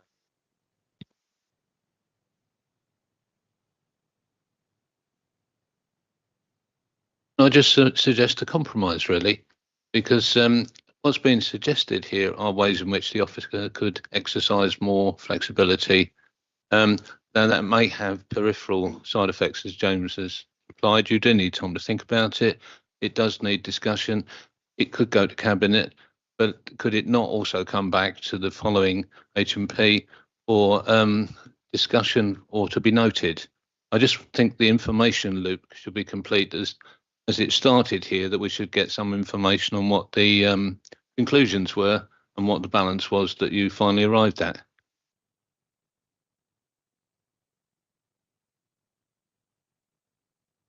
Chair, I think it's probably one or the other, because if Cabinet adopt the policy, then the procedure note, then that's what we'd be implementing from that point on and publishing. And if members want us to go away and think about it and come back to this committee, then I think that's the other option, that we come back in March. I wouldn't want to go to Cabinet with a procedure that potentially we then have to look at again, you know, kind of 6 to 8 weeks later with this committee. So it's either we want to move it forward at pace through Cabinet, because we're keen to get the policy implemented and we can use more informal channels to engage with members ahead of that, or we come back here in March and go to the following Cabinet from there. I think those are probably our two options in terms of getting formal approval and implementing the policy. Well, mate, I mean, of the two, I prefer the first, Eleanor, that we just get on with it through Cabinet. But I was just looking to be informed, and I do have a wry smile, because I look at David, and I was at JCB last night. We got a lot of stuff over the table we couldn't do anything about, and it was for information only, wasn't it, David? So all I was asking was that things come back for information purposes, so that we do understand what is the new state of play. But if that can't happen, it can't happen.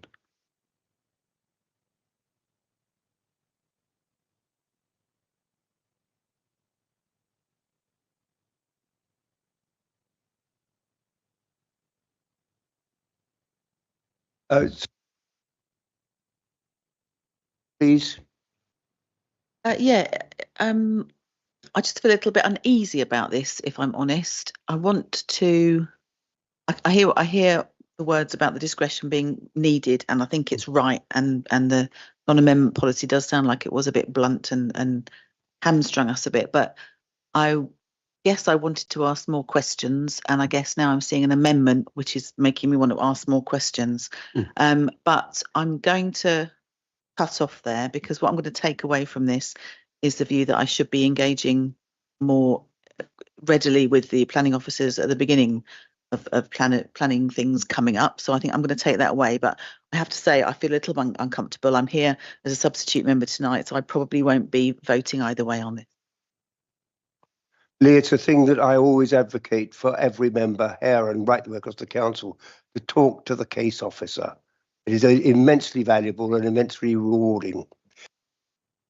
Matt, please.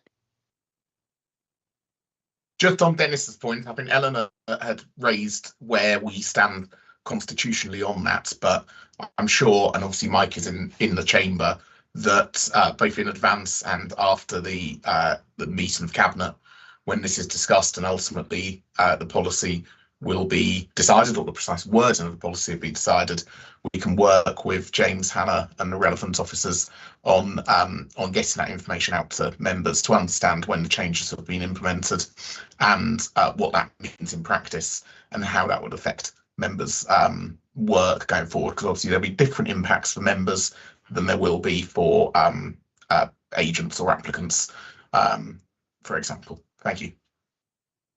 Thank you, Ed. Mark. Thank you very much, Chair. Are there further amendments on that screen that I can't see? Right. So we've been asked to discuss and consider a series of lots of amendments there that a lot of them we haven't been able to see during the process of this debate. What's the point of having a scrutiny select committee if we don't get the chance to do this properly?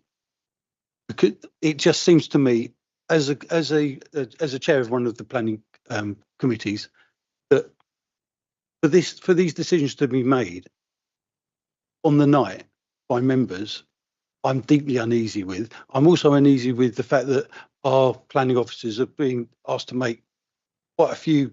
They're being asked to use their judgment. It's subjective. I think there's a lot of merit in this. That paragraph, that line that I mentioned about the specific decision at the planning committee, I am deeply uneasy with, and I just think we should be trying to get this right first time. I'm really unsure about the precedent we're setting by taking a decision away from a scrutiny committee because we haven't got another a convenient date in the diary, and then officers and the cabinet do this between them. What's the point of this? Adam, please. Thank you, Chair. Look, I hear what Mark is saying. I think it's a recommendation to Cabinet. I think it was designed to kind of show our general kind of direction of travel on these things, that maybe the revisions kind of proposed as they were in the report maybe didn't just sort of quite go far enough. And I wouldn't say anything in there kind of takes it massively beyond that. It's small kind of changes and about trying to empower officers to get the best out of applications. That's fundamentally what I was sort of going for. I hear what's being said about the kind of the committee process. I suppose if we think about how these things would otherwise go, if a committee was not happy with a sort of particular aspect of an application at the moment, they would either probably sort of vote to refuse it, or they might vote to defer it. And probably 9 times out of 10, the applicant would rather kind of get a clear direction from committee that, subject to this and this, will delegate authority officers, go away and sort it and get that decision out. It's obviously going to be a sort of much quicker time frame. So I don't necessarily see it as a bad thing. I think it's right that there will be certain safeguards needed, certain legal advice and things, and that's probably where I would see sort of cabinet and officers picking it up between now and January. So I feel that it's not sort of massively contentious. It just builds a little bit on what officers have already put in a good report. I would probably be minded to move that it goes to cabinet in January, and then let sort of officers and the cabinet kind of have another look and get it sort of tidied up and finalised and go from there. So that's what I would probably like to move, Chair.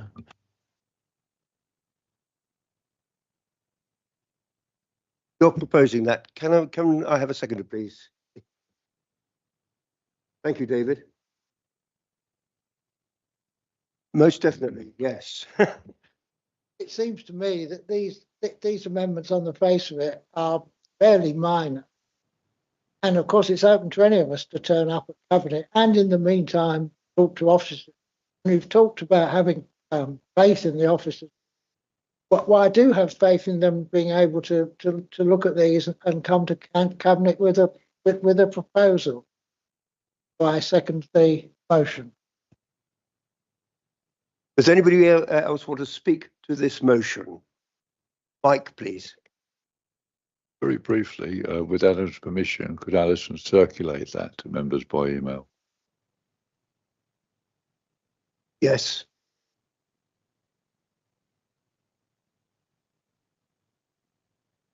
Right then.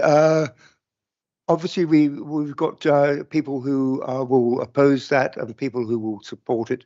So we'll take a show of hands, if we may. So can you get us a form of words for the actual proposal?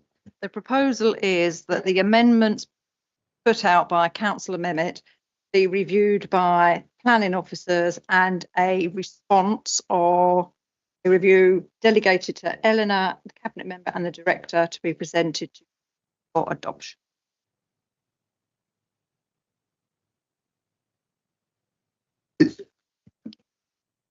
Consideration. Pretty clear what we're doing. In which case, anybody else want to speak to the motion? No. In which case, Alison, can you conduct the vote, please?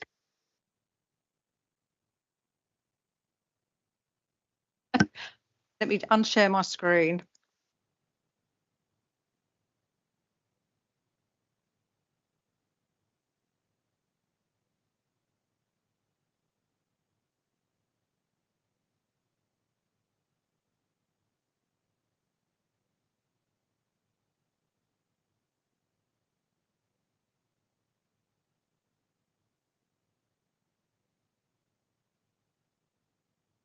Sorry for that delay.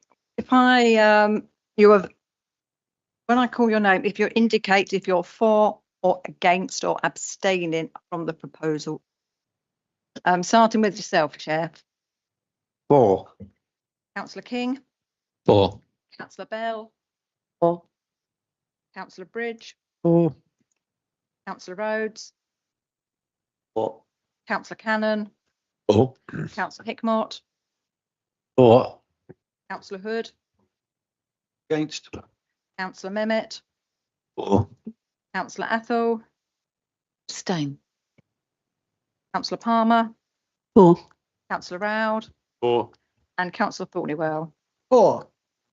That motion is carried with 11 voting in favour, 1 against and 1 abstention. Thank you very much. That, in which case, it concludes item 12.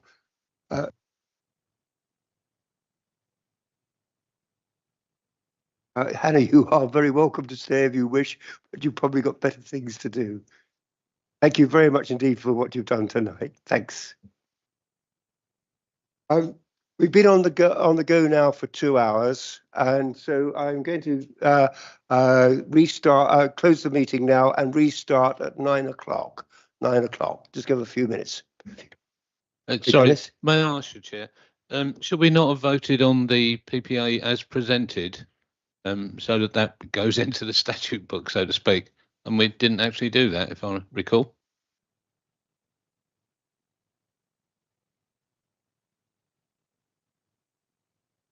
But that was the amendments on their own, we're being referred to cabinet, but the PPA as presented, I thought that was separate. And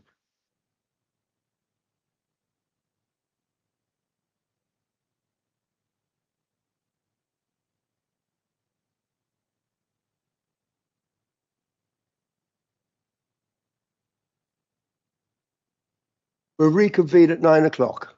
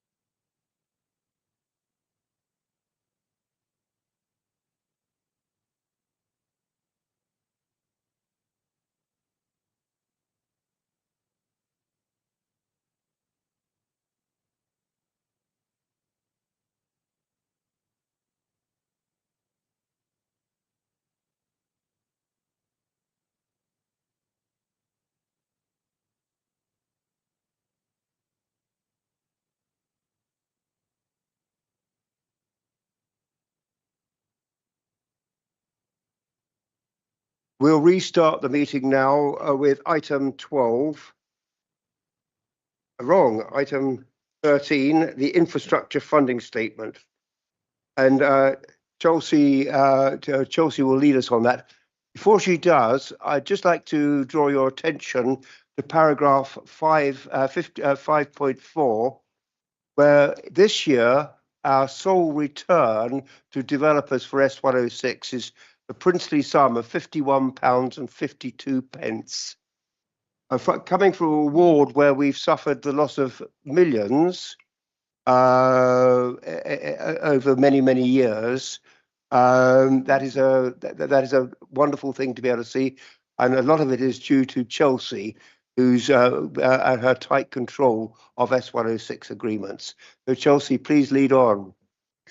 Thank you very much. So the IFS outlines the 106 allocations, spends and any agreements we've entered into over the monitoring period, which is the 23 to 24 period, which would have ended in the end of March of 24.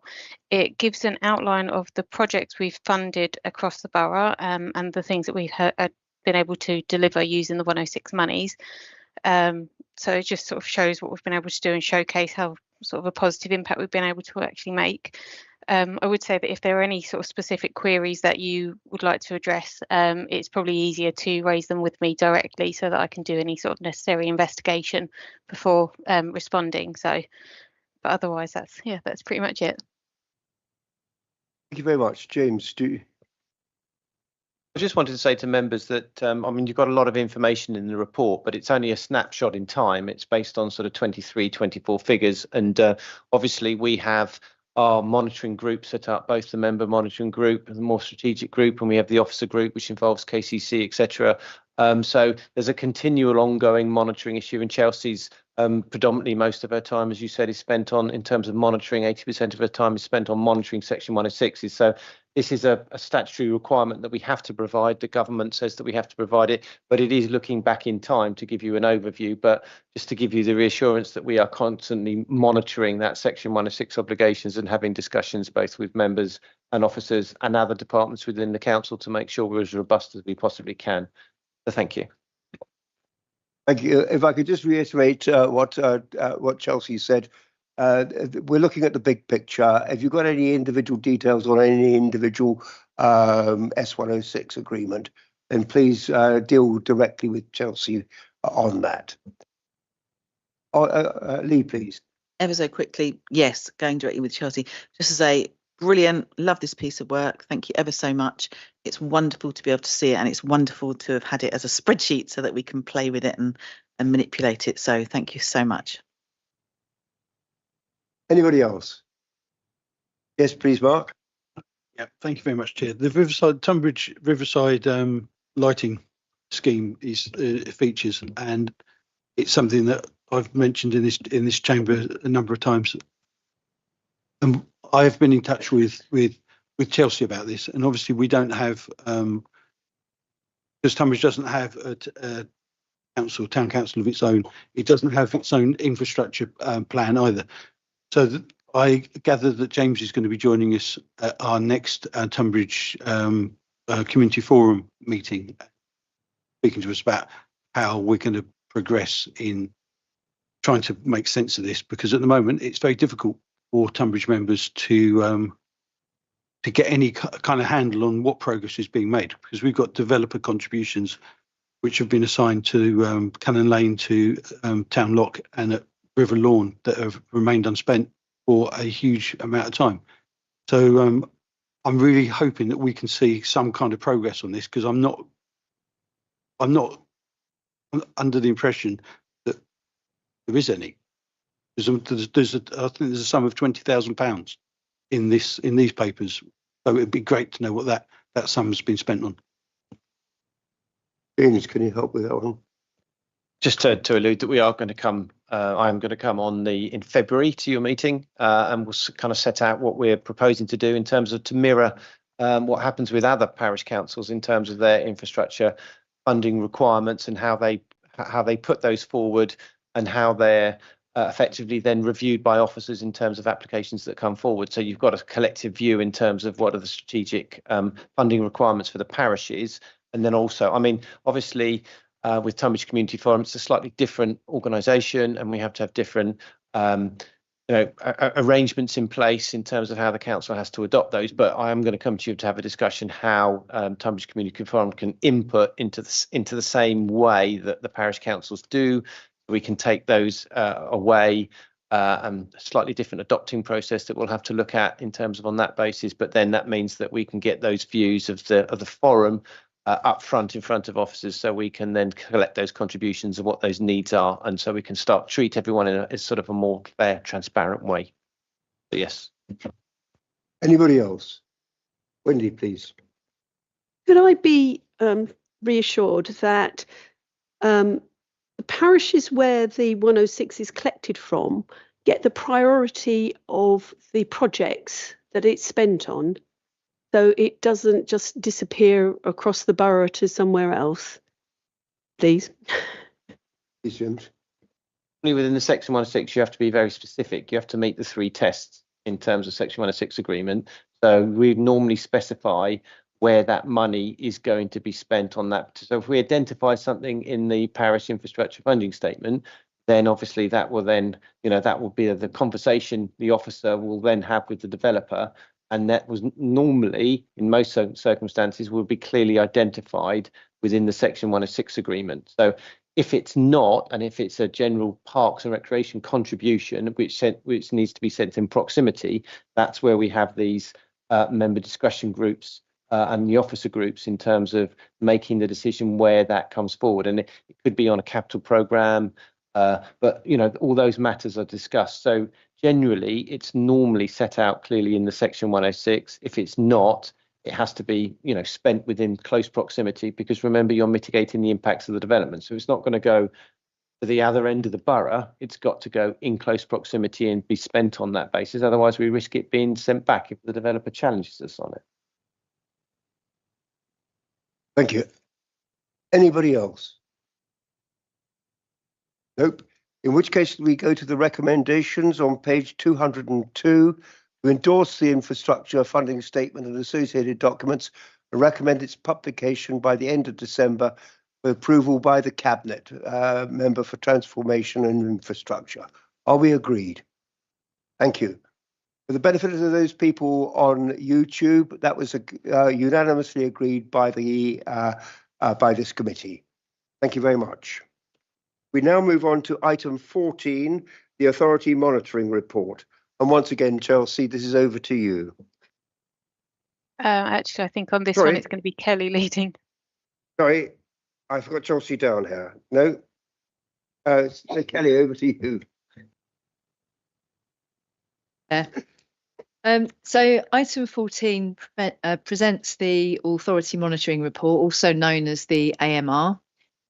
Publishing an AMR is an annual legislative requirement to basically show progress on a number of planning matters about that year.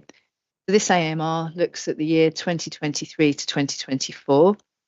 I think it's worth just pointing out that we haven't published an AMR since 2017. So this report brings us up to date and also provides the positions so that we can look at this and we can consider this moving forward as we monitor each year from here on in. I hadn't planned on actually going into too much detail for this item, but I think it would just be worthwhile in terms of just going through the headlines in terms of what we've included in the AMR, which is required by different bits of legislation. So first of all, we set out information in terms of how we're meeting the local development scheme. And as we know, we're not meeting the local development scheme at the moment, and we're going to be bringing that to committee early next year. Obviously, not necessarily due to us, but due to MPPF reasons. We also set out actions in terms of duty to cooperate. So we've set out in this report who our duty to cooperate partners are. And we've also set out a number of actions that we've looked at this year in terms of working cooperatively with our partners. And so we'll update that on an annual basis moving forward, which I think could be helpful because you'll be able to see the discussions that are taking place. There's also a section in the report on housing land supply, and we set out the figures within that. And I think it's just worth noting that we've also on our website published an updated 5-year housing land supply position statement. That's separate to this report, but this report links into it.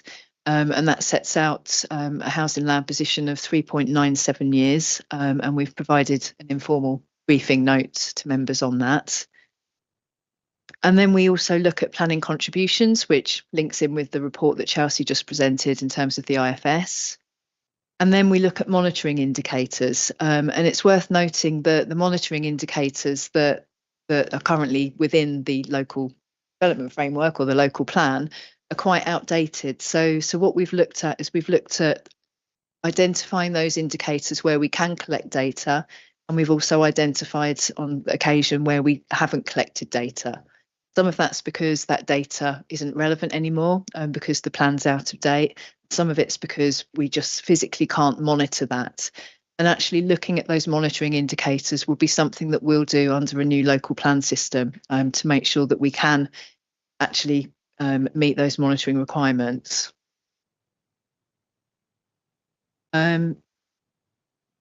And I think that's probably covers it. Within the HPSSC report, we've set out a number of kind of headlines. So they're there for you to look at. Hopefully that's probably quicker than looking at the AMR itself. And yeah, there we have it. So hopefully that's okay, Chair. Thank you very much. Any questions, please?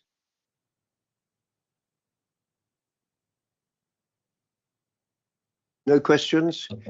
In which case, we go to the recommendation on page 238. It's recommended for the report to be endorsed and then approved by the Cabinet Member for Planning to enable the AMR to be published on the Council's website by the end of December. Are we agreed? Thank you very much indeed.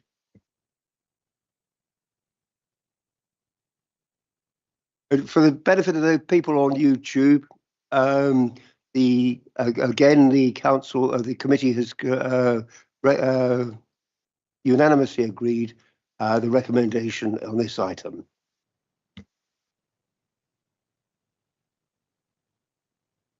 Chelsea, I thought you were going to be play a part in this. You're not, but if you want to stay, you're very welcome. But if you want to get away, please do. Thank you very much. Thank you for all you've done on this.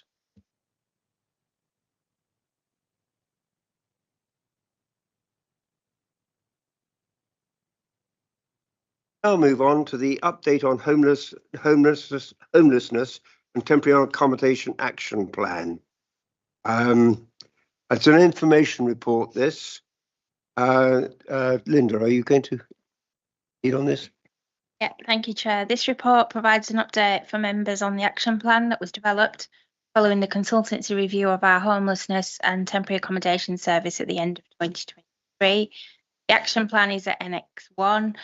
It's RAG rated, so green equates to a complete action, amber is work is underway, and red is where we are yet to commence work in any significant way. Members will see that 18 out of the 33 actions have been completed, with only 4 not having commenced to date. Some of the real positive changes are around performance monitoring, staffing, both resources and investment in training for staff, changes to the way we operate the service. The actions that need progress relate to our work in accessing the private rented sector, and this will be progressed in the new year.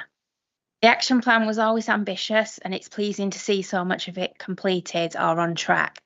We will be revising the action plan for those actions still outstanding, and it is our intention that all actions will be complete by the end of March 2025.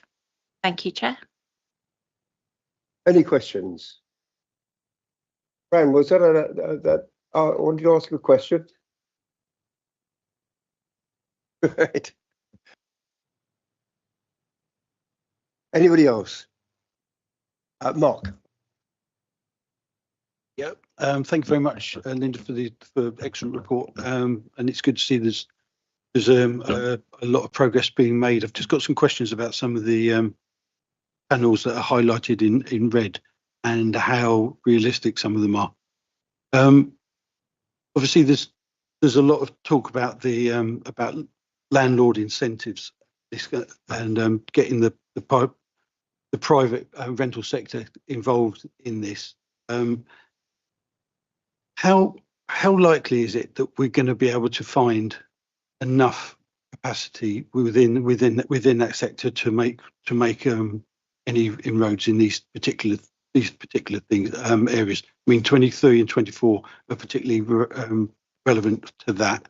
And then we've got at 27, we've got consider implementing a find your own accommodation scheme, which seems, we know how difficult it is. When I was a young man many years ago, I was forced to move to Tunbridge Wells because there was nowhere to live. There was no rental accommodation in my community. So, and I didn't have the points to become a council tenant or housing association tenant. So, and it's got considerably worse. So, I'm intrigued to know how a find your own accommodation scheme would function, and I'd be delighted to know are there other councils that have this kind of thing. I'm guessing that there are.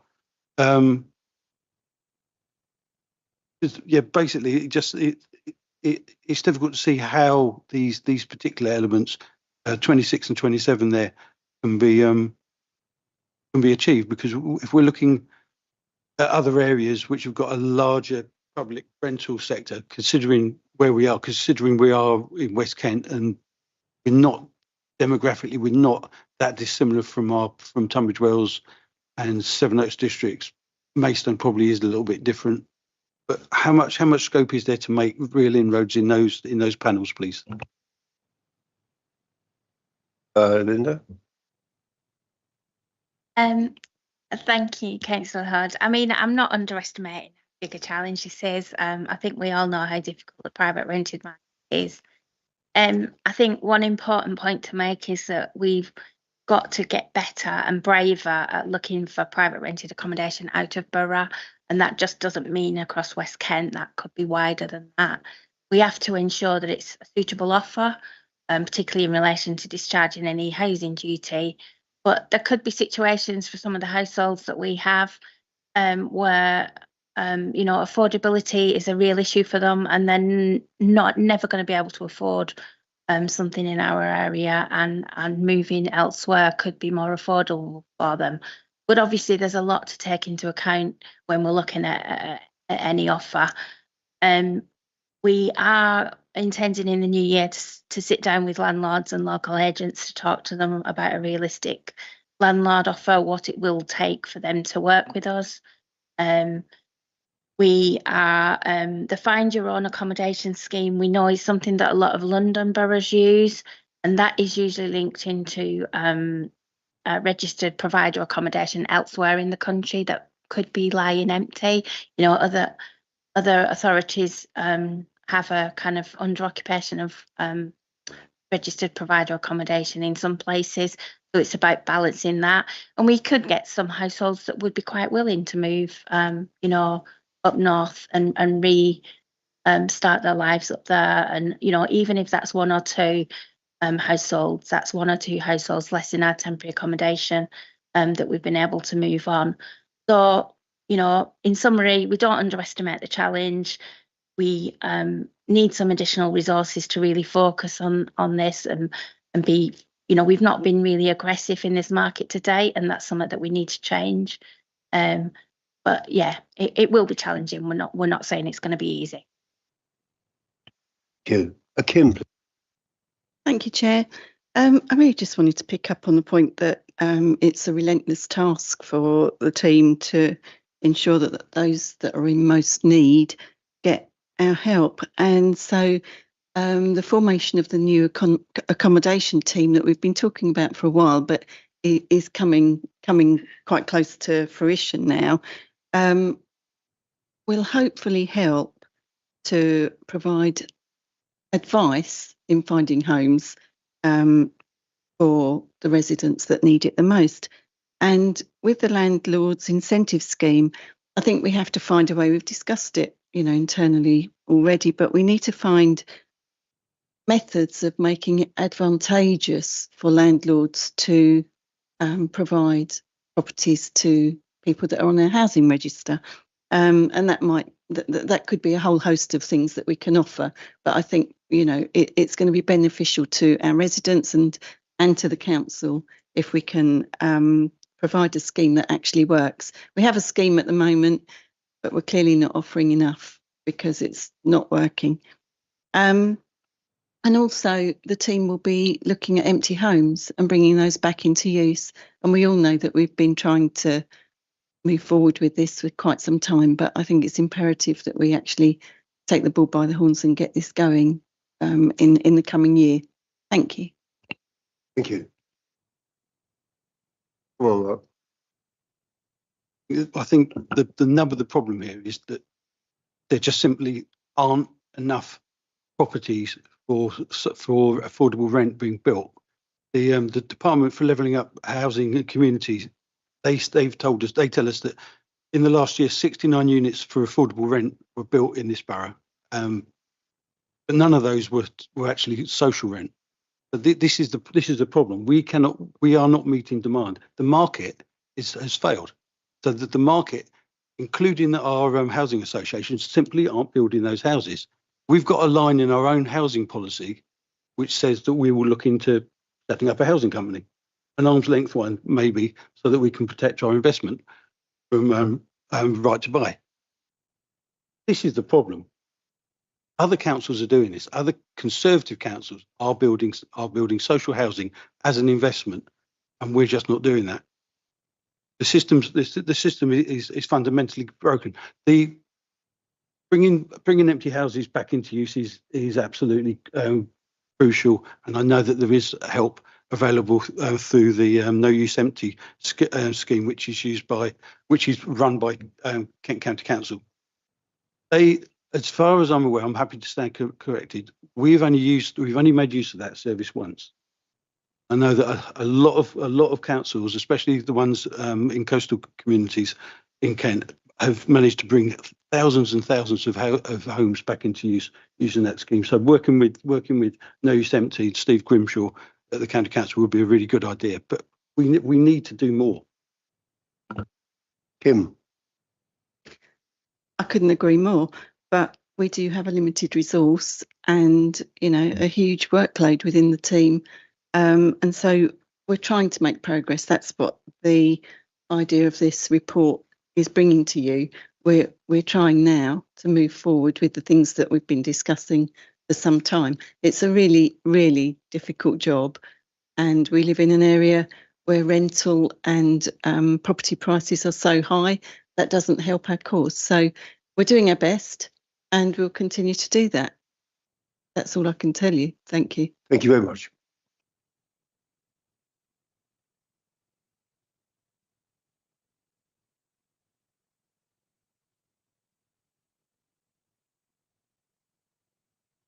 Next one is the works programme, which is set out at agenda item 16.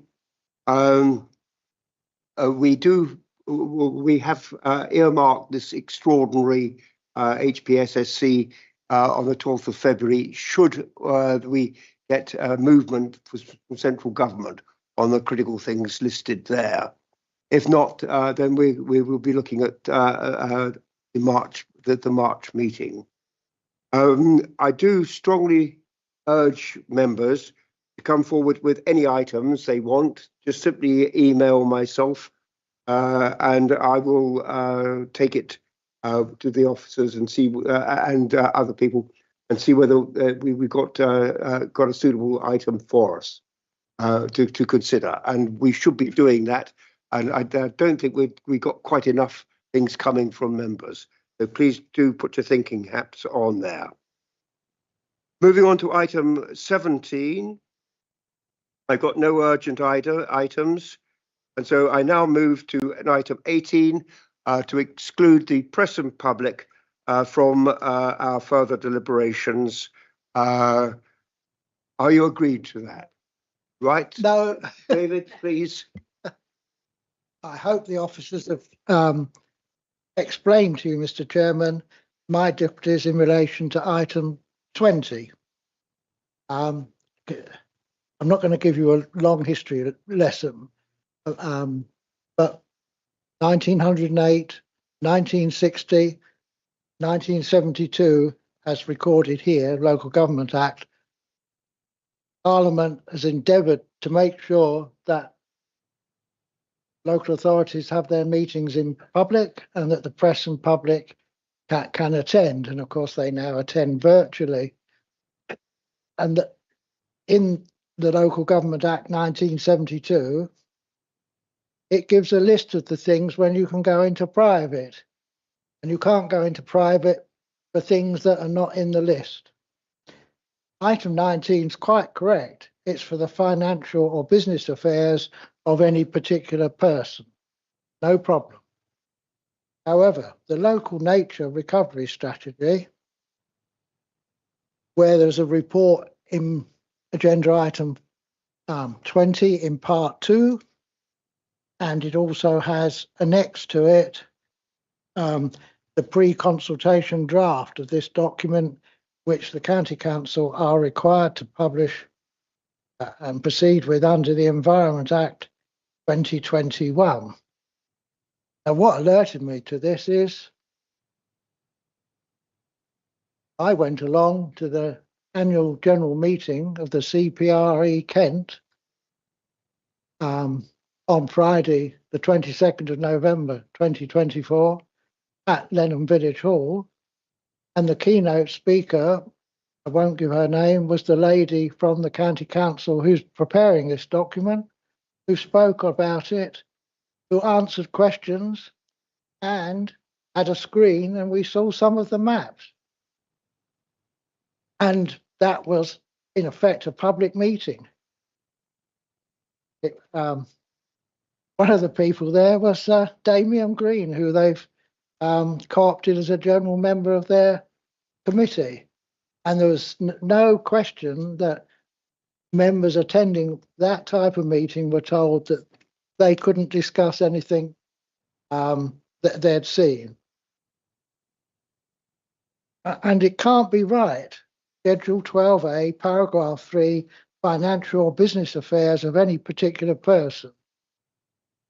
I agree that and the officers advised me the County Council have asked that this matter be dealt with in private because it's a draft.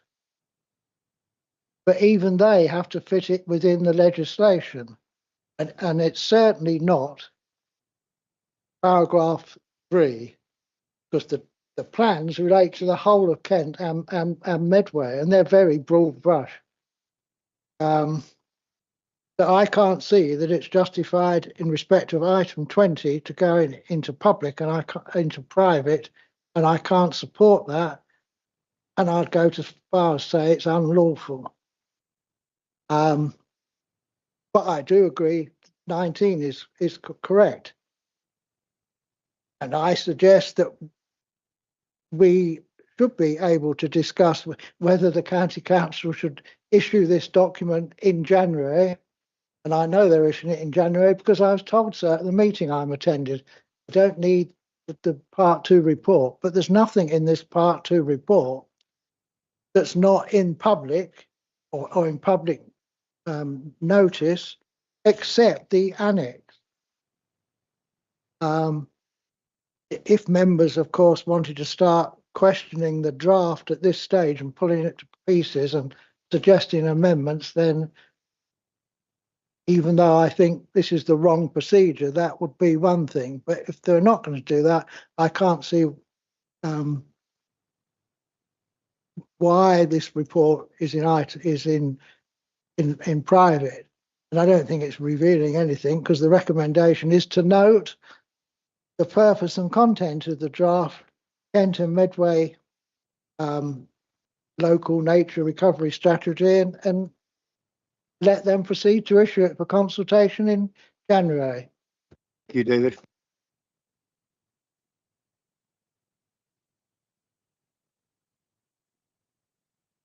Please. Right. In terms of to deal with the part, I mean, obviously both parts of the report are currently in part 2 confidential.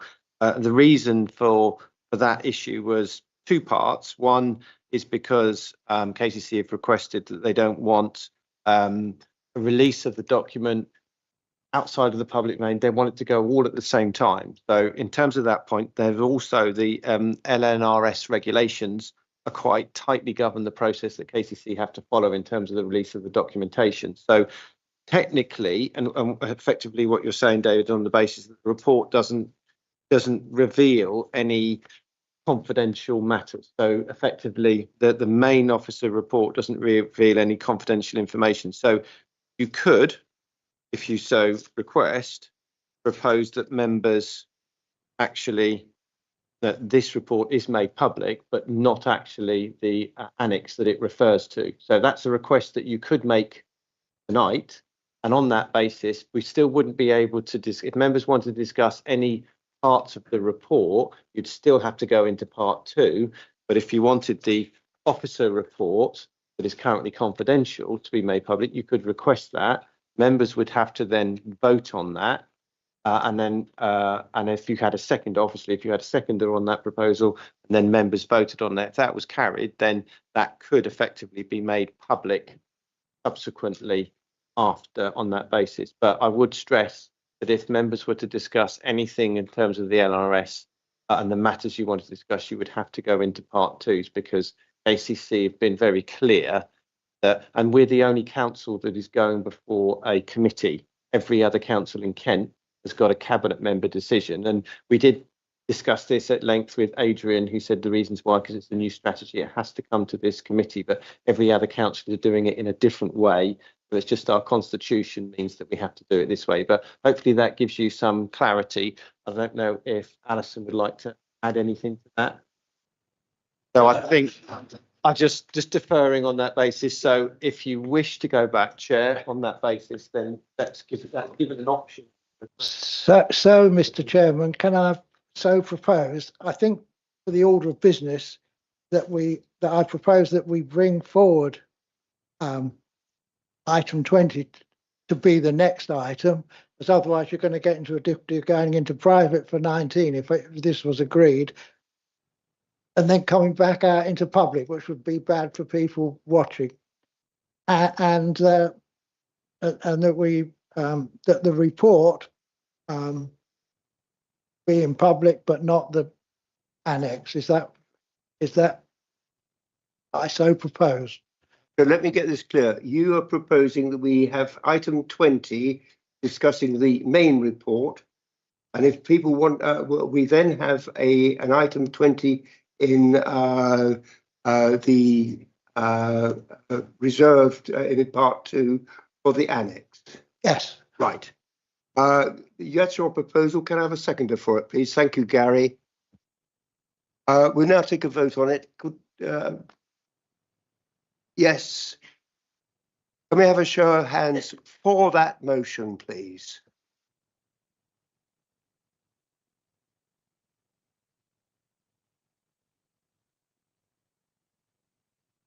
Against?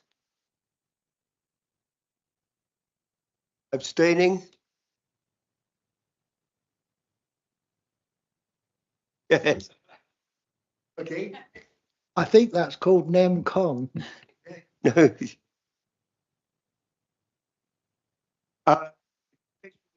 We now discuss item 20, just the report. Yes.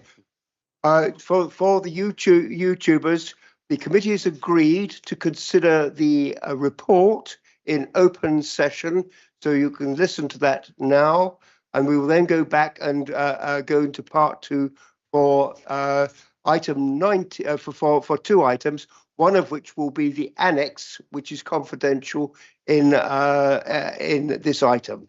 So we're discussing the present item on the local nature recovery strategy now in open session.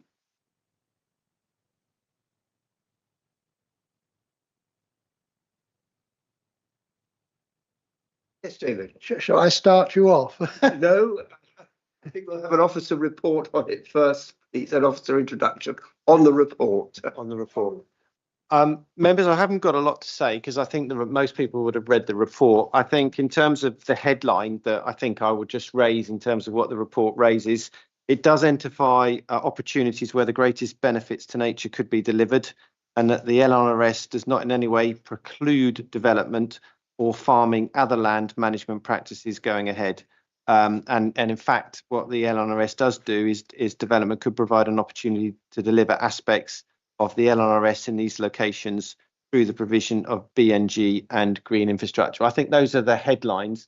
So what you're being asked to comment on is to agree to go out to public consultation within the 28-day period on that basis. And that's what the report seeks to do.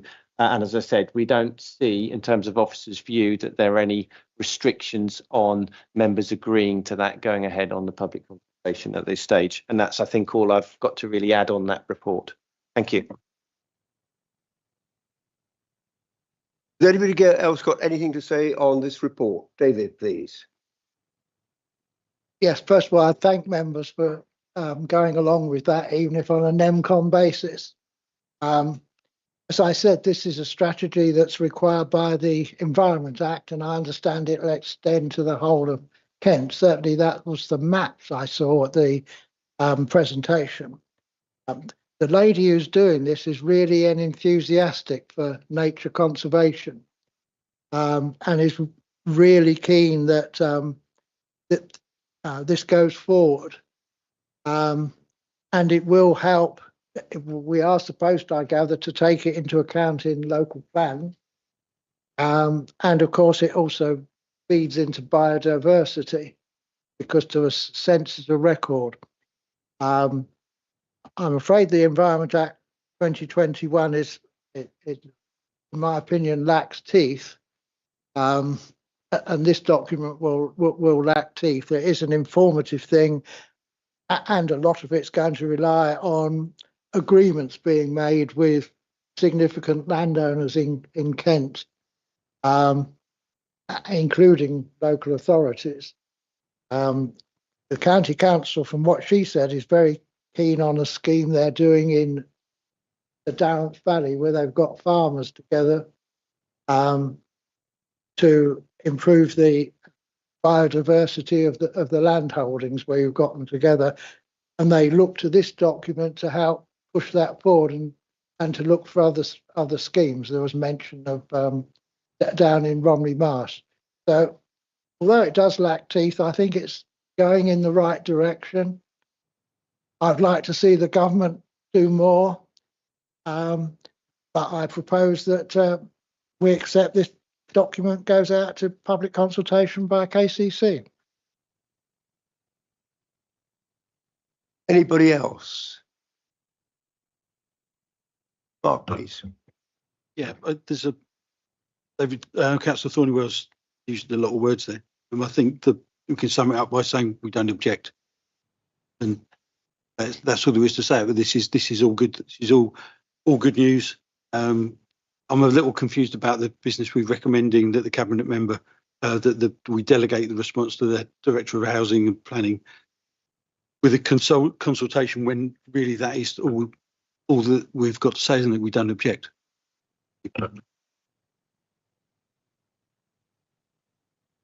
Just to be clear, Councillor Hood, the reason for that is that we're required to respond to KCC.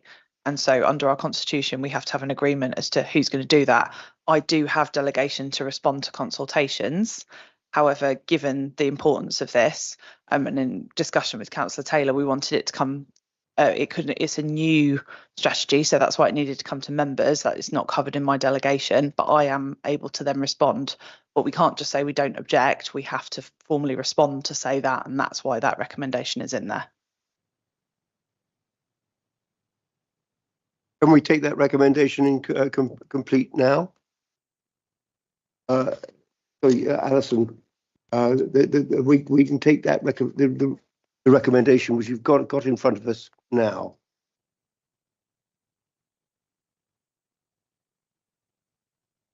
No, I think we've probably got agreement here. Did anybody object to taking that recommendation now? No. In which case you have the recommendation in front of you. Are we agreed? Agreed. Thank you very much.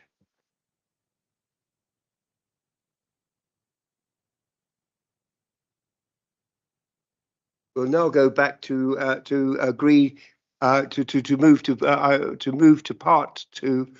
Are we agreed? Thank you very much. Alan, could you tell us when the YouTube is switched off, please?